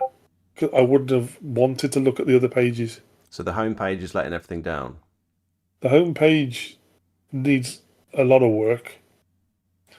The steam pressure washing gives me a little bit of hope it's going in the right direction. And then I get to roof cleaning, and then it's like, okay, that's not a great one either. But when I get to window cleaning, the whole experience changes now, because I can see pictures of him and that's what the feel I want for the whole website. I want Okay. to see him and have a connection. If he does the other pages the same, he'd stand a much better chance. But it's still not following any kind of website conventions. It's very text heavy. It's quite a tough site To to get sort of say, comfortable on. oh, I've landed on the right site. This guy's going to be the answer to my prayers, Hmm. type of thing. And competing against other people doing the same thing. I think that's it's quite a challenge. Hmm. So what I'd suggest generally for people that are lacking content and pictures to fill their website is if you become a member of the Discord, it's the perfect place to pad out your website with some beautiful imagery. Anyway, so a few more images scattered around to make it look to make you confident that you've landed on the right page, I suppose. Something for me, the black, sorry, the white, the plain white page against black text, and no other real visual branding going on. There's no logo at the top of the page. If you go onto the window cleaning, sorry, not window cleaning, roof cleaning, you can see they've got a very well sign written van with lots of branding, so you can tell all the branding budget has sort of gone onto the van. But it's not really reflected in the website, is it? It's not carrying over. Well, the other thing as well, they've got a name which implies to me, it's probably a 5 van kind of business. It's a pressure group services. That's what the company name gives me the impression of. It's a reasonably sized company, whereas with a small amount of images we've got, maybe they just got the one van, and maybe it is one guy. It's very confusing messaging because the van is very colourful. Again, I don't know why they haven't used that branding on the website Hmm. Agreed. because they've paid for all that artwork on the van, so they've got access to the artwork. What was this done in? Can't really tell. So this doesn't look like any kind of page builder or template type of thing. I don't know, but he hasn't got a contact us. Yeah, there's no calls to action apart from like the contact us, which basically says send me an email. So unless I'm a customer that's going to give you my phone number and my address, and again, I got to do all the work as the customer. Also, I if got you to work go really. the contact us, yeah, it's taking you back to steam pressure washing. So if you go on roof cleaning and then contact us, takes you Yeah, back that's to the one. steam. Yeah, that's the one link that takes you back to a page. Then all the other ones make you go to. They open up your Outlook to send him an email. Uh, So again, we can work with all the content. It just needs a bit of putting it more in line of what you'd expect to see. He's put his company registration number on there. So, you know, and his telephone numbers, his mobile number. So again, I've always thought this is quite a tough thing to think about. So, you start your own company and you put your mobile on.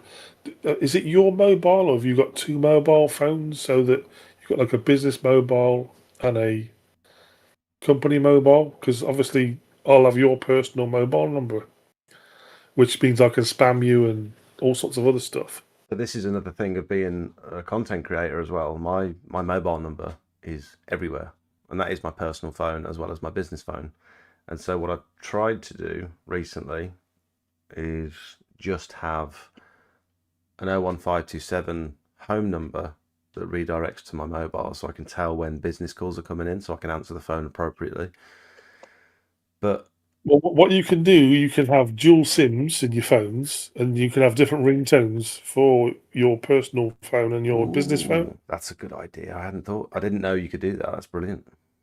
Well, it's even easier now. So obviously, because I'm a bit older than you, so in my day, you had to have two SIMs. Now you can have eSIMs. So there's nothing physical in the phone anymore. It's just a bloody. You just pay somebody a fee and they activate it in your phone, and then you've got an eSIM. And most modern phones will have eSIMs now. Yeah. And like you said, because it's two different ringtones, you know whether it's a business call or whether it's your home people, and it's two different phone numbers. Mhm. And then you are then putting a little bit of a barrier between, your home or your personal phone being attacked versus the business one. I'm just going to mention it now because a lot of people have asked for your contact information. I'm assuming you don't want to be bombarded with phone calls and messages. Is it worth people, now that you're in the Discord and that you're offering free help and advice generally in the Discord anyway, is it worth people just asking you questions in the marketing section? Or have you got a preferred? They can tag you. They can specifically tag your name in the marketing section if they want your attention. They Yeah, can. I'll be looking through it because now I've kind of looked at it. It's kind of a bit of addictive in it, so I have to check it all the time now, seeing what people are talking about. So you don't want Um, me to give out your personal mobile phone number and email address? well, again, I've been talking to you about it, and it's all over my website. So like my fucking phone number's everywhere as well. So if people go to my website, they'll find out my email's on there, my phone number's on there anyway. You mentioned to me Uh, the other day that you're not necessarily looking for work at the moment. This is more of like you've got a full-time job. This is more of like something I, you enjoy doing. yeah. So if I can kind of go right back to the beginning of, if I don't know if you can show the guys this website, that one there. So this is kind of like what I would suggest if they need or they want a website versus not having a website at all. Okay, so this is someone potentially just starting out and they think, Yeah, I need to fill that gap. I need a website. yeah. So basically, this has nothing to do with SEO. This has nothing to do with any kind of proper website structure. It's just a website that you've got, says that you exist, and you would promote it via Facebook or wherever social channels that you're on, so that if people asked you in the street, you might be handing out leaflets. Oh, have you got a website? Or you put your website address on your leaflet. They got something to go back and have a look, and there's a physical one page that just gives you a little bit of an outline. This web page that I've created here has no SEO on it. It's broken all the rules. It just looks nice, Hmm. and it looks, I'd say, fairly professional. And it's a one-page website. And it's a one-page website, and obviously you change the subject of which section based on what services that you offer. But again, it's all about maybe using some of your images to fill in the blanks. But it's really a presence thing, really, rather than you're going to do a 15-page website with an about page and a contact and all that. This is just to get you started, like you've just bought a van and a pressure washer, and you want to have a bit of credibility online. Maybe start to build up your Facebook page and all that kind of other stuff. And that's all I did for this chap. And overnight, his inquiries went up when this site went live. And the history behind it was he turned up in his van for some work that I wanted doing. He's got his bluemanpropertyservices.co.uk URL on his van, and when I typed that in, it came up with page not found. And he'd been driving around for like 2 years with no website, even though he had the URL on the bloody van.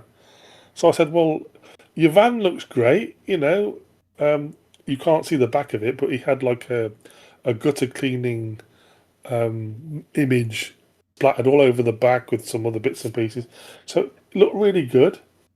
And then, if I hadn't have met the guy and spoke to him, I wouldn't have contacted him because when I went to his website, it was like he didn't exist. Yeah. Can you remind me So of that massage therapist? I want to bring up the Facebook banner. I think that's quite relevant. Is it the dog massage? yes, what's What was the name again?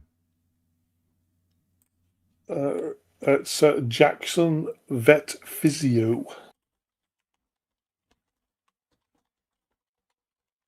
I Because can you brought up a very quick, easy point about my Facebook page. Oh, it's changed. She's changed it.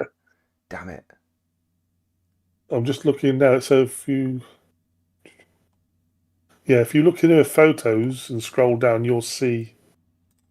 Actually, I'll just send you the link, see if you're looking for it. No, that's right. I can get it. Don't worry. There you go. Okay.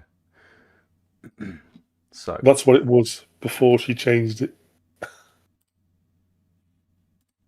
So so this is branding now. So making sure that all your social media channels, you focus on branding them all. So they've all got contact phone numbers. They've all got your domain on there, list of your services, mine, anything. if you go onto my Facebook page, sorry, I don't mean to interrupt. Discord has got a very slight delay, and Okay. I'm not sure when you're finishing your sentence, and then when I start talking, That's all right. I'm not trying to interrupt you on purpose. I'm sorry. When you go onto my Facebook page, you've literally just got my logo at the top and a progress picture of the work that I do, and the worst bit about mine is because I've got two links. I've got a link tree and I've got a website link. Sort of splits it up. On mobile, it's even harder to find the website link. This massive banner at the top of the page is a huge missed opportunity because, and Russell said the other day, why don't you just create a banner that has your phone number on it first of all, and the page for your website, and just a few brief tick boxes about your services, your qualifications, all that sort of stuff, and it's super effective. It's super clean, and it's much better than what I'm using at the moment. And so that'll be one of the next things that I create, I think. She's recently changed it to this one, which honestly, not as good. But I think you made the other one, didn't you, Russell? And then looks like she's updated it to this one. Yeah. So have you found the original yet? Yes. So again, it's very valuable marketing real estate, and I see so many people. Even your profile image, which is the image that appears next to your company name, that again is real estate because it appears in all sorts of places. This all helps with Google because you're telling Google all these things are linked together. They've all got the same name. They all look the same. So you must be the same. Yeah. And because you are on a website and you're on Facebook and you're on YouTube, you must be doing something really good. So I want to make sure that the whole world gets your results. Because if you look, your digital footprint's quite big. If you started adding all these little details and making sure that the intro has got every bit of information that you need in there, and you do the same thing for LinkedIn, the same thing for Twitter, the same thing for YouTube, get all your keywords and stuff in there, you won't believe how many more inquiries you'll get from that because everything just links to everything else. And again, I've got to do the same thing with it because I'm doing another dog groomer at the moment, and she's just had the website done, but she doesn't even know where to go in on Facebook to change all these things. Yeah. So I've got to go and spend some time with her to get that done. But these are all jobs you only have to do once. And it's forget. Now, if you do want to keep changing your Facebook header, again, every time you change your Facebook header, it comes up as a post on Facebook saying you've changed your header. And it could be, I've done one at work where I've done like Christmas header because it's Christmas. Yeah. You might put one up there saying you're closed over Christmas and put the dates on there. Now, I don't know what software you use for your graphics design. Like what you create your thumbnails in and things like that. I don't know if you've got a preferred. Basically, free Photoshop. Okay. So again, you're quite high up on knowing how to use that kind of software. For anybody else out there, I'd recommend Canva because I can just go to Canva and go hit the create button, and it'll say, what do you want to create? I go Facebook header, and it'll already get the dimensions for me. All I've got to do is fill it up. And if I don't know what to fill it up with, there's loads of templates. Yeah. And then all you've got to do is change the words and put your logo on. Perfect. Just a quick one. I think this is more preference than anything, but Mitch has asked. Let me see specifically what he's asked. Have you got the live stream up? Can you see what I'm pulling up? No, I can There's, see you and I can see me, so there's a bit of a I don't know delay. But he said, don't know what. can you ask if it's recommended or not that I include the shield emblem with my website images, opacity reduced? Website's being built over Christmas, wondering if I should remove the emblem. I think this is just a personal preference thing. I don't think there's anything wrong with it. So which page, which website's this? Or we can't see it because it's being built.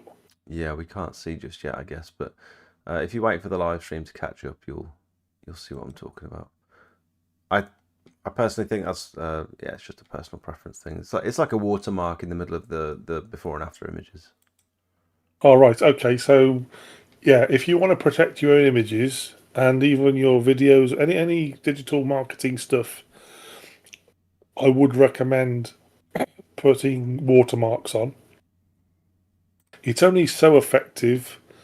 It used to be really effective, but now there's software out there that can remove them. So Yeah. it's kind of like, how much effort do I want to put in? If it's part of your normal processes, but all the videos that I've been doing at the moment, I put a watermark in the corner because it's much more difficult to remove video watermarks, and you should do that on your YouTube channel as well. Just because you want to protect your intellectual property, Yeah. and you don't want to see. Because I could download your YouTube video, and I could just re-edit it, and there'll be pictures of you with your back towards the camera, and so I could make it look like a whole different video. Oh, there's people already cloning my TikTok and my YouTube and all sorts. It's a daily issue. So Can we? Sorry. yeah, go on. How long have you got? We've been going for 3 hours. I'm fine. Sure. Yeah.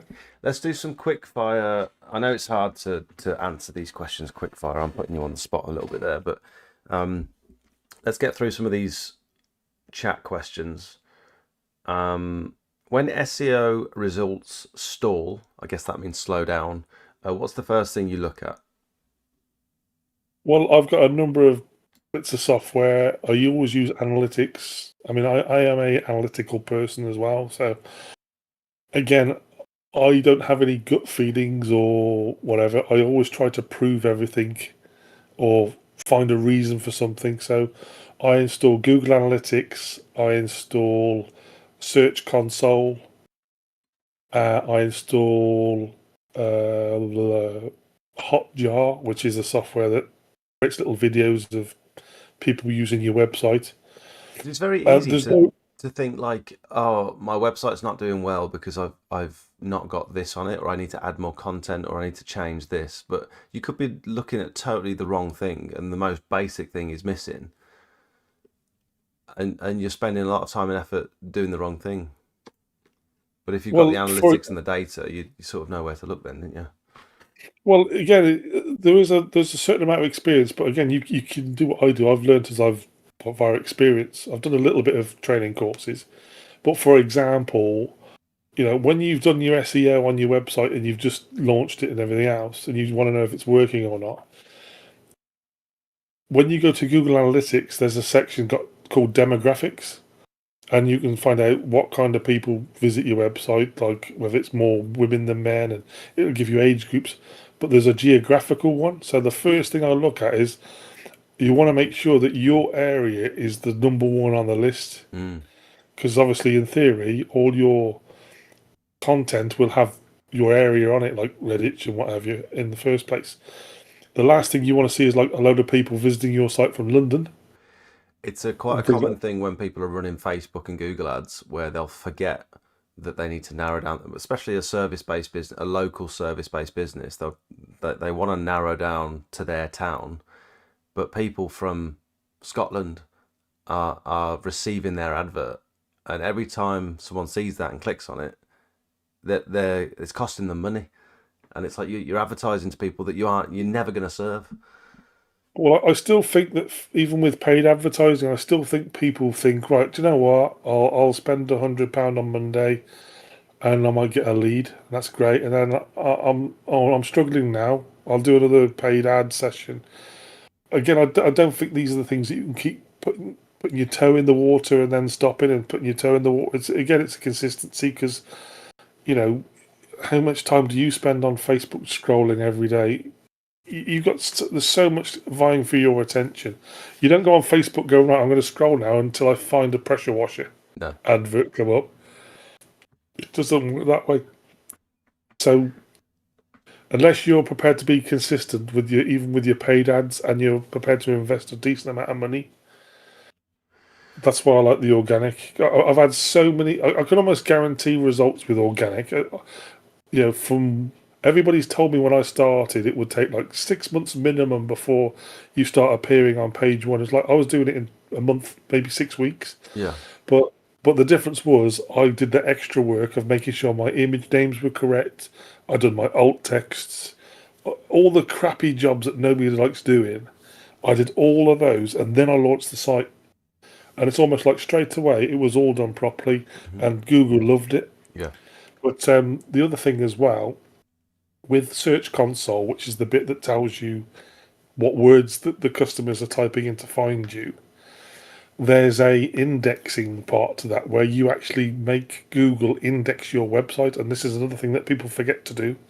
So the guy that I spoke to that's done his WordPress website in the marketing section on your Discord, he's probably done all that work on making sure that he's got his WordPress site running, but I bet you he hasn't indexed it, which means he won't appear on page one anytime soon, because until Google indexes his website, it won't happen. Right. And it's not an automatic. I think it might be an automatic thing, but Google does it. It takes 3 to 6 months if you wait in a queue. Mm-hmm. But what I tend to do is I would add 15 pages of your site into the index and hit go, and within a week, Google will have indexed it. Tintins says you're right. He's the one you were talking about. Yeah. What's one simple SEO improvement most sites could make today?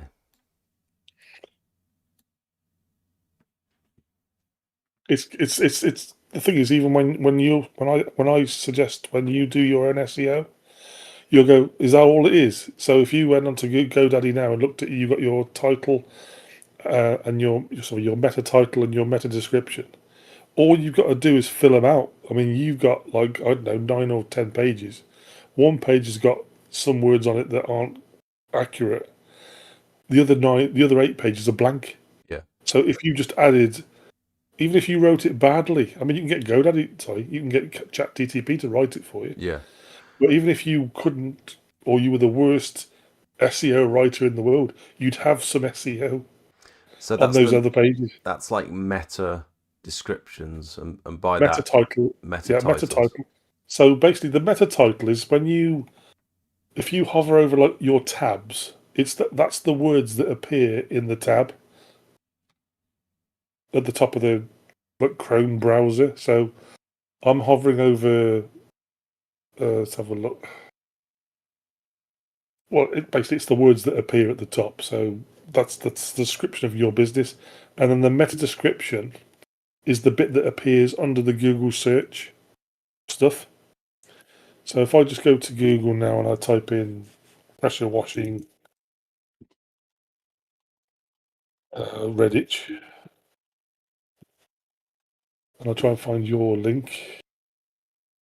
So I've got there now, I've got Smouts pressure washing. Now that is your meta title, but it should say Smouts pressure washing Redditch or Smouts pressure washing roof cleaning, gutter cleaning Redditch.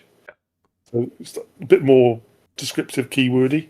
Okay. And then it says underneath that the meta description, which is Smouts pressure washing provides an all-encompassing gutter cleaning service utilizing cutting-edge, high-powered vacuums and high-reach pole systems. So that's your meta description. Okay, so it's nothing to do with pressure washing. It's all about gutter clearing. Okay. Exactly. So, and you need to have those two elements filled out for every page on your website. Okay. That describe what those pages are.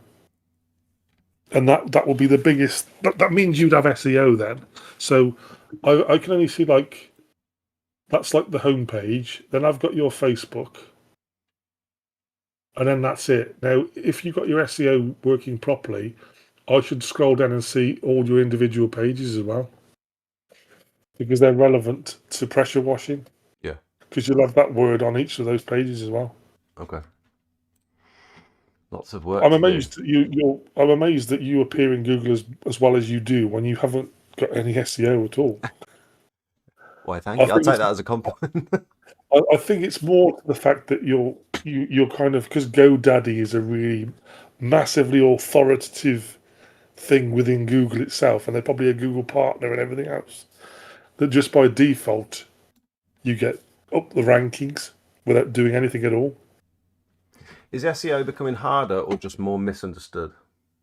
I think it's easier now because you can chat GTP it.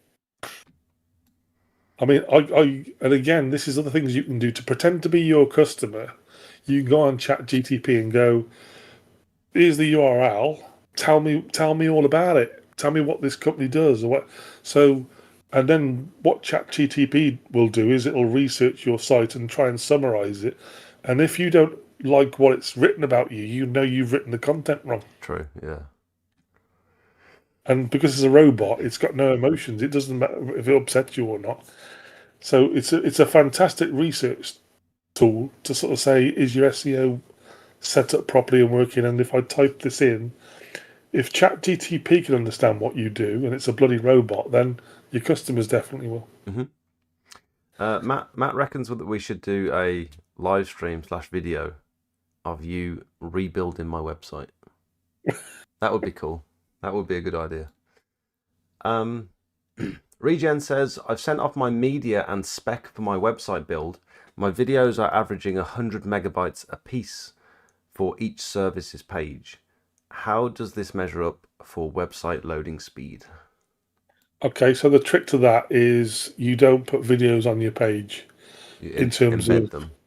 yeah, so you basically have a YouTube channel with your videos on and you put links to your YouTube videos because YouTube is a video thing. So it does video best of anything. So let YouTube take all the overhead of all of the issues with video translation and speed and downloading all that rubbish. All you need to do on your web page is to create some nice thumbnails that are in line with what your video's about. Link it to your YouTube. Now this helps in two ways. It takes them a massive load off your website because you'll be charged for. I say you'll be charged for. You get to a point where whatever package you have, they'll say what they'll do is they'll throttle down your server. If you're on a shared hosting server with like 100 other customers and you've got 100 videos on your web page, you'll be murdering the bandwidth. And what they'll do is they'll throttle it down to so low it won't be usable. Mm-hmm. And, they'll say, oh, don't worry, if you pay extra money, we'll throttle you back up again. And there's other, it's all about making money. Anyway, so create a YouTube channel and instantly put all your videos on YouTube and do all the SEO on the YouTube to make that work properly as an independent thing. But then once you've got your YouTube channel hosting your videos, you've then got all the YouTube analytics to look at, so you can actually see how many views you're getting, where they're coming from. You won't get that kind of information from the website. Mm-hmm. So it's valuable, very, very valuable. So that's how I would get around that problem. Isn't locality, when it comes to keywords, super important when you are providing a service-based business? I think we've already touched on that. Yeah, well, this is something, again, you've got to, when we revisit your site, you've got to murder Redditch before anything else. Yeah. So your site will be a predominantly Redditch site, and your landing pages will be supporting your other areas. Yeah. I mean, there's no reason why we can't have a map on your thing and like little buttons in it and stuff. And we could have a mixture of adding the keywords and the locations in the footer. Because again, there's no right or wrong way of doing it. It just depends how you want it to look. Is it wise to have multiple URLs directed to your site? For example, smeltspressurewashing.co.uk, redditchpressurewashing.co.uk, all going to the same homepage. Doesn't, unless you populate the website, it doesn't really help. So you couldn't really have a blank Reddit pressure washing, and all it does is link, because it won't get any traffic in itself, so it's got no authority. But if it was a little bit of a clone of Smouts, obviously not a complete clone because it would be a duplicate content problem. Yeah. But if it had, I mean, you could go nuts and go, right, I'm going to have a website that says I do gutter cleaning, and I've got a website that does roof cleaning. If you could put enough content on each of those sites, and then you could have like a group company that does these services, that would be really good. The negative is obviously if you're paying an agency or a web designer guy, I mean, he'll love it because he'll be earning a bloody fortune, and you're having to manage 7 websites then. Yeah, so you're having to put equal energy into making sure all these websites are all doing well individually. Well, yeah, but the thing is, I mean, what would happen if if those websites were done correctly? Because you were like completely gutter cleaning only website, completely only roof cleaning website, they would be the authoritative answer for Google because that's all they do. You'd have to argue, how would you get a better answer from a multi-site or multi-service business versus a specific business? Yeah. The specific business will win every time because that's what they specialize in. Yeah. But you want to be a multi-service business, but it's a massive amount. I mean, I could do it because I'm a web designer, so it wouldn't bother me doing 10 websites, making them all into one, because I don't mind. It's what I like doing. But I wouldn't imagine a small business or even a medium business owner would do it. So I actually had this question for you a couple of weeks ago, didn't I? When we were talking about Smouts Cleaning Group, do I feature myself, my sister's business, my brother's business, all in one website, or does it make more sense to try and build them up separately? In my head, I thought, well, what's the point in us all building separate websites when we could just all point our traffic towards one? But then you suggested you might, because it's less specific. Well, it's conquering their own markets, so you're diluting. Yeah. If you're all together on one website, I think it would give me a bit of a headache trying to work out the journey for the customer for 3 totally different things, even though the Smout is kind of the joiner, and how I would try and make sure that they got a lot of traffic on Google when they're hidden behind one website. Whereas if I wanted waste management, if I wanted house cleaning, they are specifically experts at that one thing. Yeah. And that's why they should have their own website. So Cotswold Exterior Cleaning or Cotswold Cleaning Group have this same thing. Clive's wife runs an interior side of the business where they do interior cleaning. So you'd recommend that they have 2 different websites. Yeah. Could you point them towards a third group website? Well, you can. Yeah, there's no reason why. Like I said, you can either have a page on each other's websites that's like a really big summary of what the other one does, with a button saying for more information go to the whole website. Yeah. And that's great because that's backlinking and that's supporting each other. Or even if it was just a button or a menu item, that's all perfectly fine. There's no issue with that, or an icon at the bottom or a logo. Anything like that's perfectly fine because they're still independent.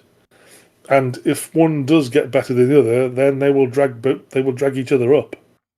So if she happened to take off and go to page 1, search 1, her authority would be really high, and because he's backlinking to her, he'd get a bit of that as well. Yeah.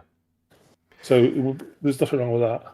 If lots of people are using Jake's boosted images on their websites, would Google pick this up and not rank the sites? Is there a downside from using the same content in multiple places? Good question. Again, if everybody renames the images using SEO, then that will be fine. I tend to, again, I don't think it applies to like your customer base. I don't think they would care less. Google-wise, I don't think it would be that bothered because you're not using it in a negative way. You're not trying to con anybody. What I tend to do if I didn't know something was a what's the word? Stock image, Yeah, a stock image, then I can do a Google search on a particular image, and it will show me everywhere it's used. like a reverse Google search. Yeah. So again, if somebody put their own watermark on it, that will get around that problem because they've physically altered it. You might go, right, I'll crop the image in a slightly different way, or I'll reverse it. Anything to make it look slightly different from the original. Yeah. So, but to be fair, there's that many billion images. I can't imagine Google. I can't see how they penalise a page from an image point of view. Yeah. I mean, if they can't stop child porn and all the other stuff that crap that goes on, they're not going to bother about roof bloody photos and driveways, are they? No. And I suppose if stock images did get penalised, then there wouldn't be so much benefit in all these websites like iStock Photo and all those that sell these images on the regular. Um, Well, we've all started and we've all struggled when we started. So, I've had instances where I've used stock images and I haven't paid for them because I couldn't afford to, and I've just removed all that watermark yeah, stuff that they put on it. And then, but it's only a temporary thing. Once I got to a point where I was established, then I started using my own stuff. is there anything you wanted to? I think we're close to wrapping up because the questions are coming to an end. Is there anything you wanted to talk about specifically before we shoot off? It's 11 o'clock at night. Gee. Again, no, unless you wanted to talk a little bit, we can sort of do an offline chat later on about what we're going to do if you want to move forward. And I'm sure you got other questions about Wix and do I want to move platforms and what domain names am I going to choose? So I think your journey's still got, and you might want to think about it all over Christmas, and we'll have a chat in the new year because it's a big step you're going to make next. Yeah, So it does require a lot of thought yeah. I as definitely to what think you're going to do. I'm conscious not to waste your time in that I don't want us to figure out a list of changes for my website and upgrades essentially, and then for me to totally change course in January and think, oh, well, this is the plan now, and all that work on the website is going to change slightly, and it's all going to have to be redone. So I still don't know what I'm doing in January. There's a couple of things, a couple of bombshells that the community don't know about yet, which are going to drastically change the business, and so I'm still figuring it all out. Very. So is this something you kind of discuss in a family way? So I mean, who do you kind of listen to? Who do you talk to like 10 people and kind of get an opinion and then come up with your decision, or? I have been asking for a lot of advice lately from people, which I don't normally do. I normally mull it over myself, but I've recently realised the value in getting other people's input because there's stuff that I would never have even considered that people have mentioned to me, and I thought I'm so glad I had this conversation because I could have totally missed that. Well, that's why I'm working where I am now. I'm still just doing my own stuff in my own little island, but just by interacting with other people, you just get a totally different view on something. Like I approach something and go, that's how I'm gonna do it, and I can't really see there's a different way. And then somebody else will go, oh, I go, do you know what? If you hadn't have said that, I would never have thought about that. And it's Yeah, like, yeah, that is much better than what I was thinking. So even if I talk to people who aren't in my industry or they don't know anything about what I do, just by talking to people, it kind of jogs your memory. But I like the shortcut approach as well, that everybody's on different parts of their journey and we've all made hundreds of mistakes, which is great because that means we can all benefit from each other's cock ups.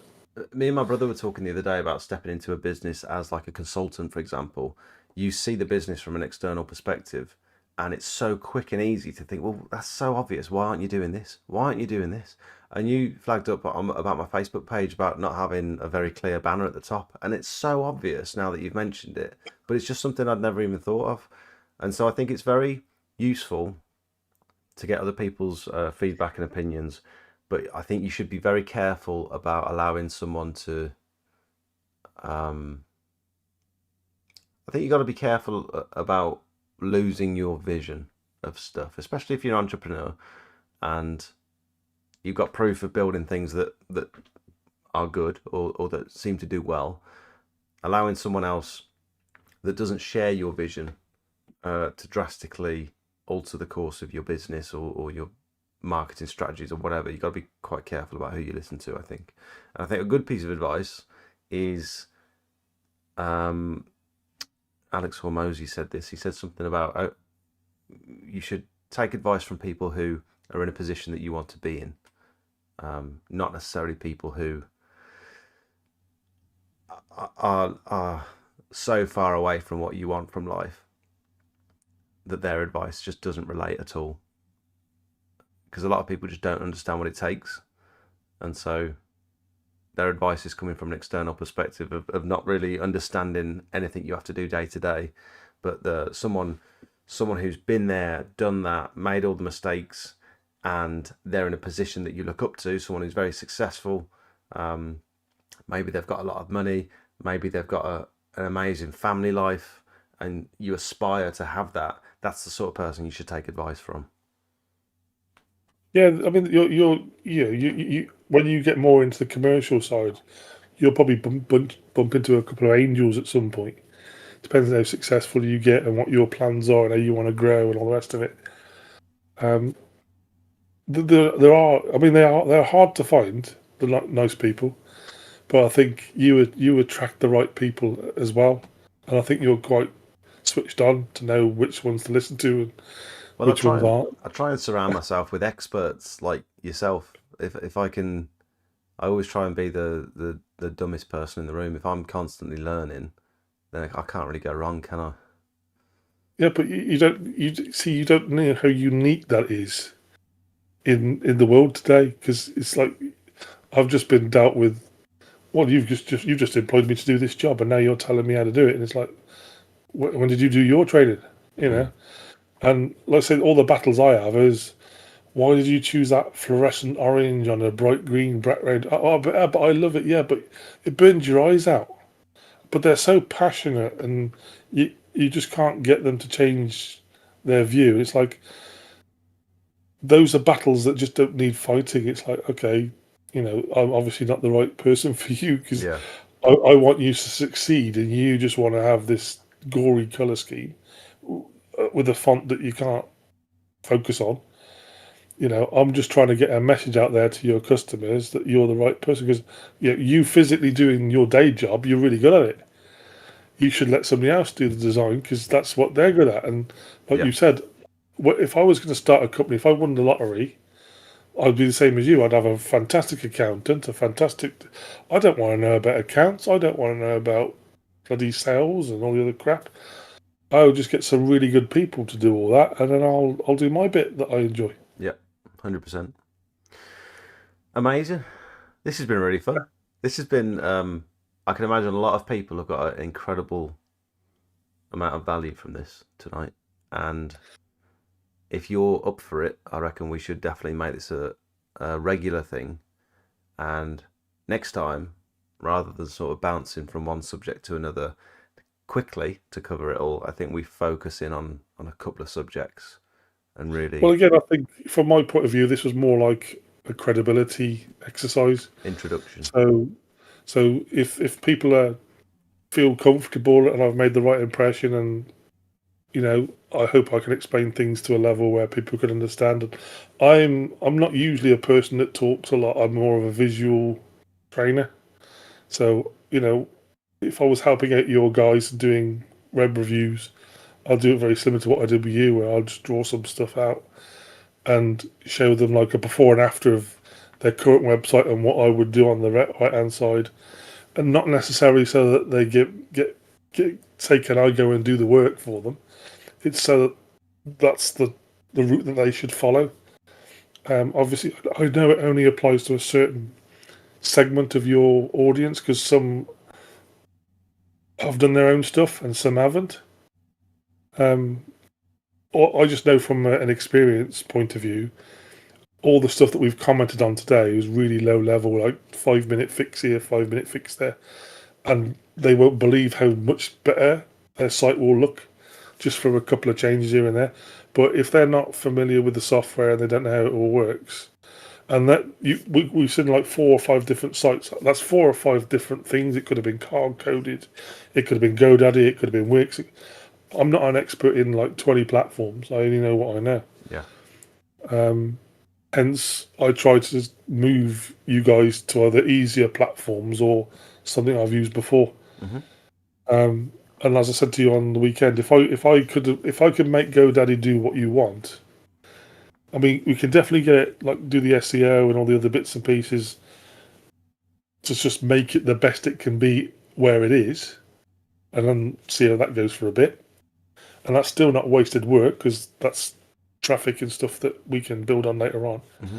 And again, if you move to a different platform, again, like I said, I don't know if you read your text earlier about you can sign up for a free Wix account, have a play with it, try and copy your site yourself in Wix. Yeah.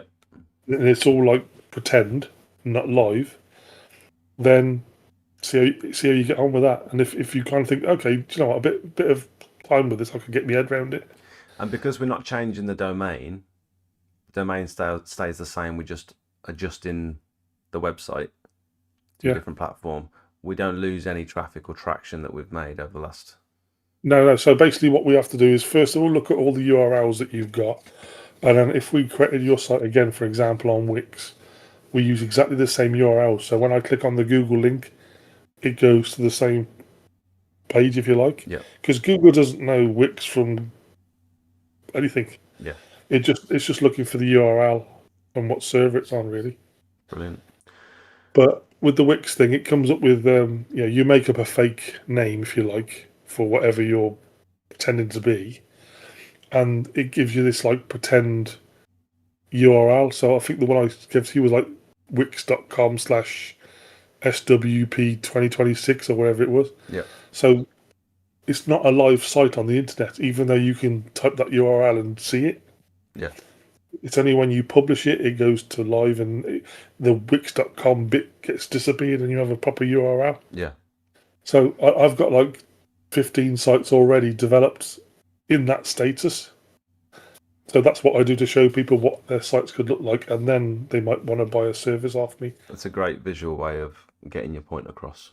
Yeah. Well, it's great because, like I say, we can sit down side by side and we can actually just do it live. Yeah.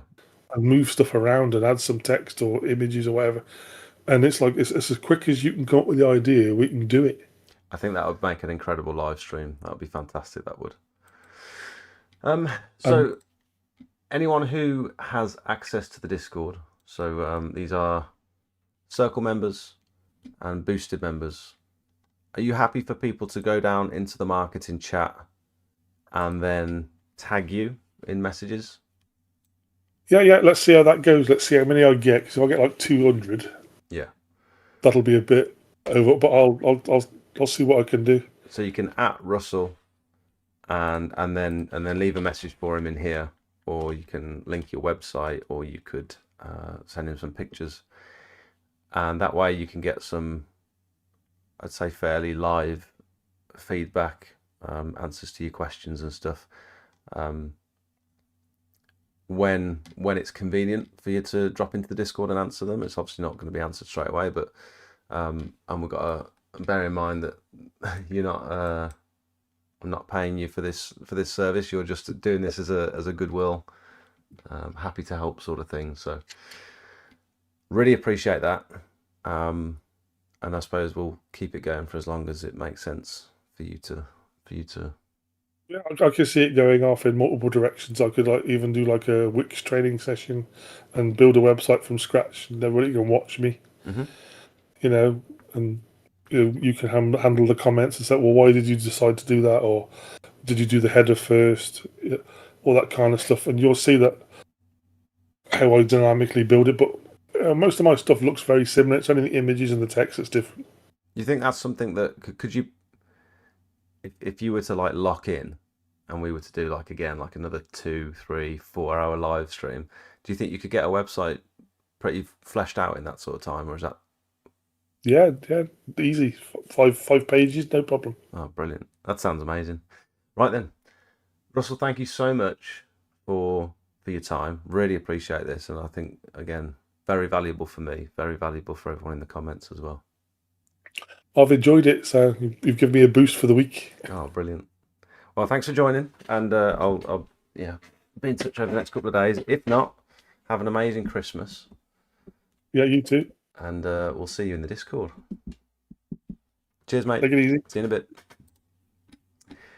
How good was that?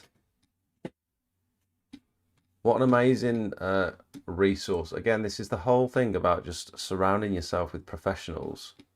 Is just you get the best advice. Dusty's been looks like Dusty's been adjusting. What's he doing? Ah. Guys, thank you so much. Have a belter. Yeah, having a good Christmas. This is the last live stream before Christmas. Incredibly helpful. Thanks, chaps. Great stream. This has been a very informative live. Thank you. Nice one. Have a belter. Can we also say a huge thank you to Matt as well, that's been taking you guys' questions and organising them for my convenience. Thank you to everyone that watches and that contributes and that chips into these live streams. This is I really enjoy doing this. I really love it, and this is we're wrapping up 2020. It's been an incredible 2025. My the business is just on the up and up. It's getting stronger every year, and I really appreciate all you guys watching me. This is a very niche, very weird thing to do and to tune into every Monday night. And it's look, we've been going almost 4 hours tonight, and you guys, there's so much other stuff you guys could be doing with your evening, but you're choosing to spend it here. I massively appreciate you all, so thank you. Couldn't be doing any of this without people actually watching, so really appreciate you. And I hope you find value in this. I'm sure you probably do, especially these ones where we have a professional guest on. And have a great Christmas, have a fantastic new year, and set yourself some goals for 2026, because I'm still trying to figure out my goals, still trying to figure out which direction I want to point the business in.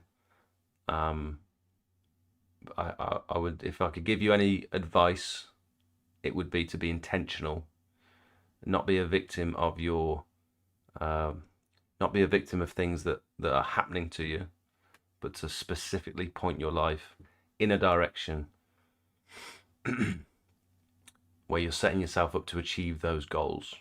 I think that's a good target. Thank you all.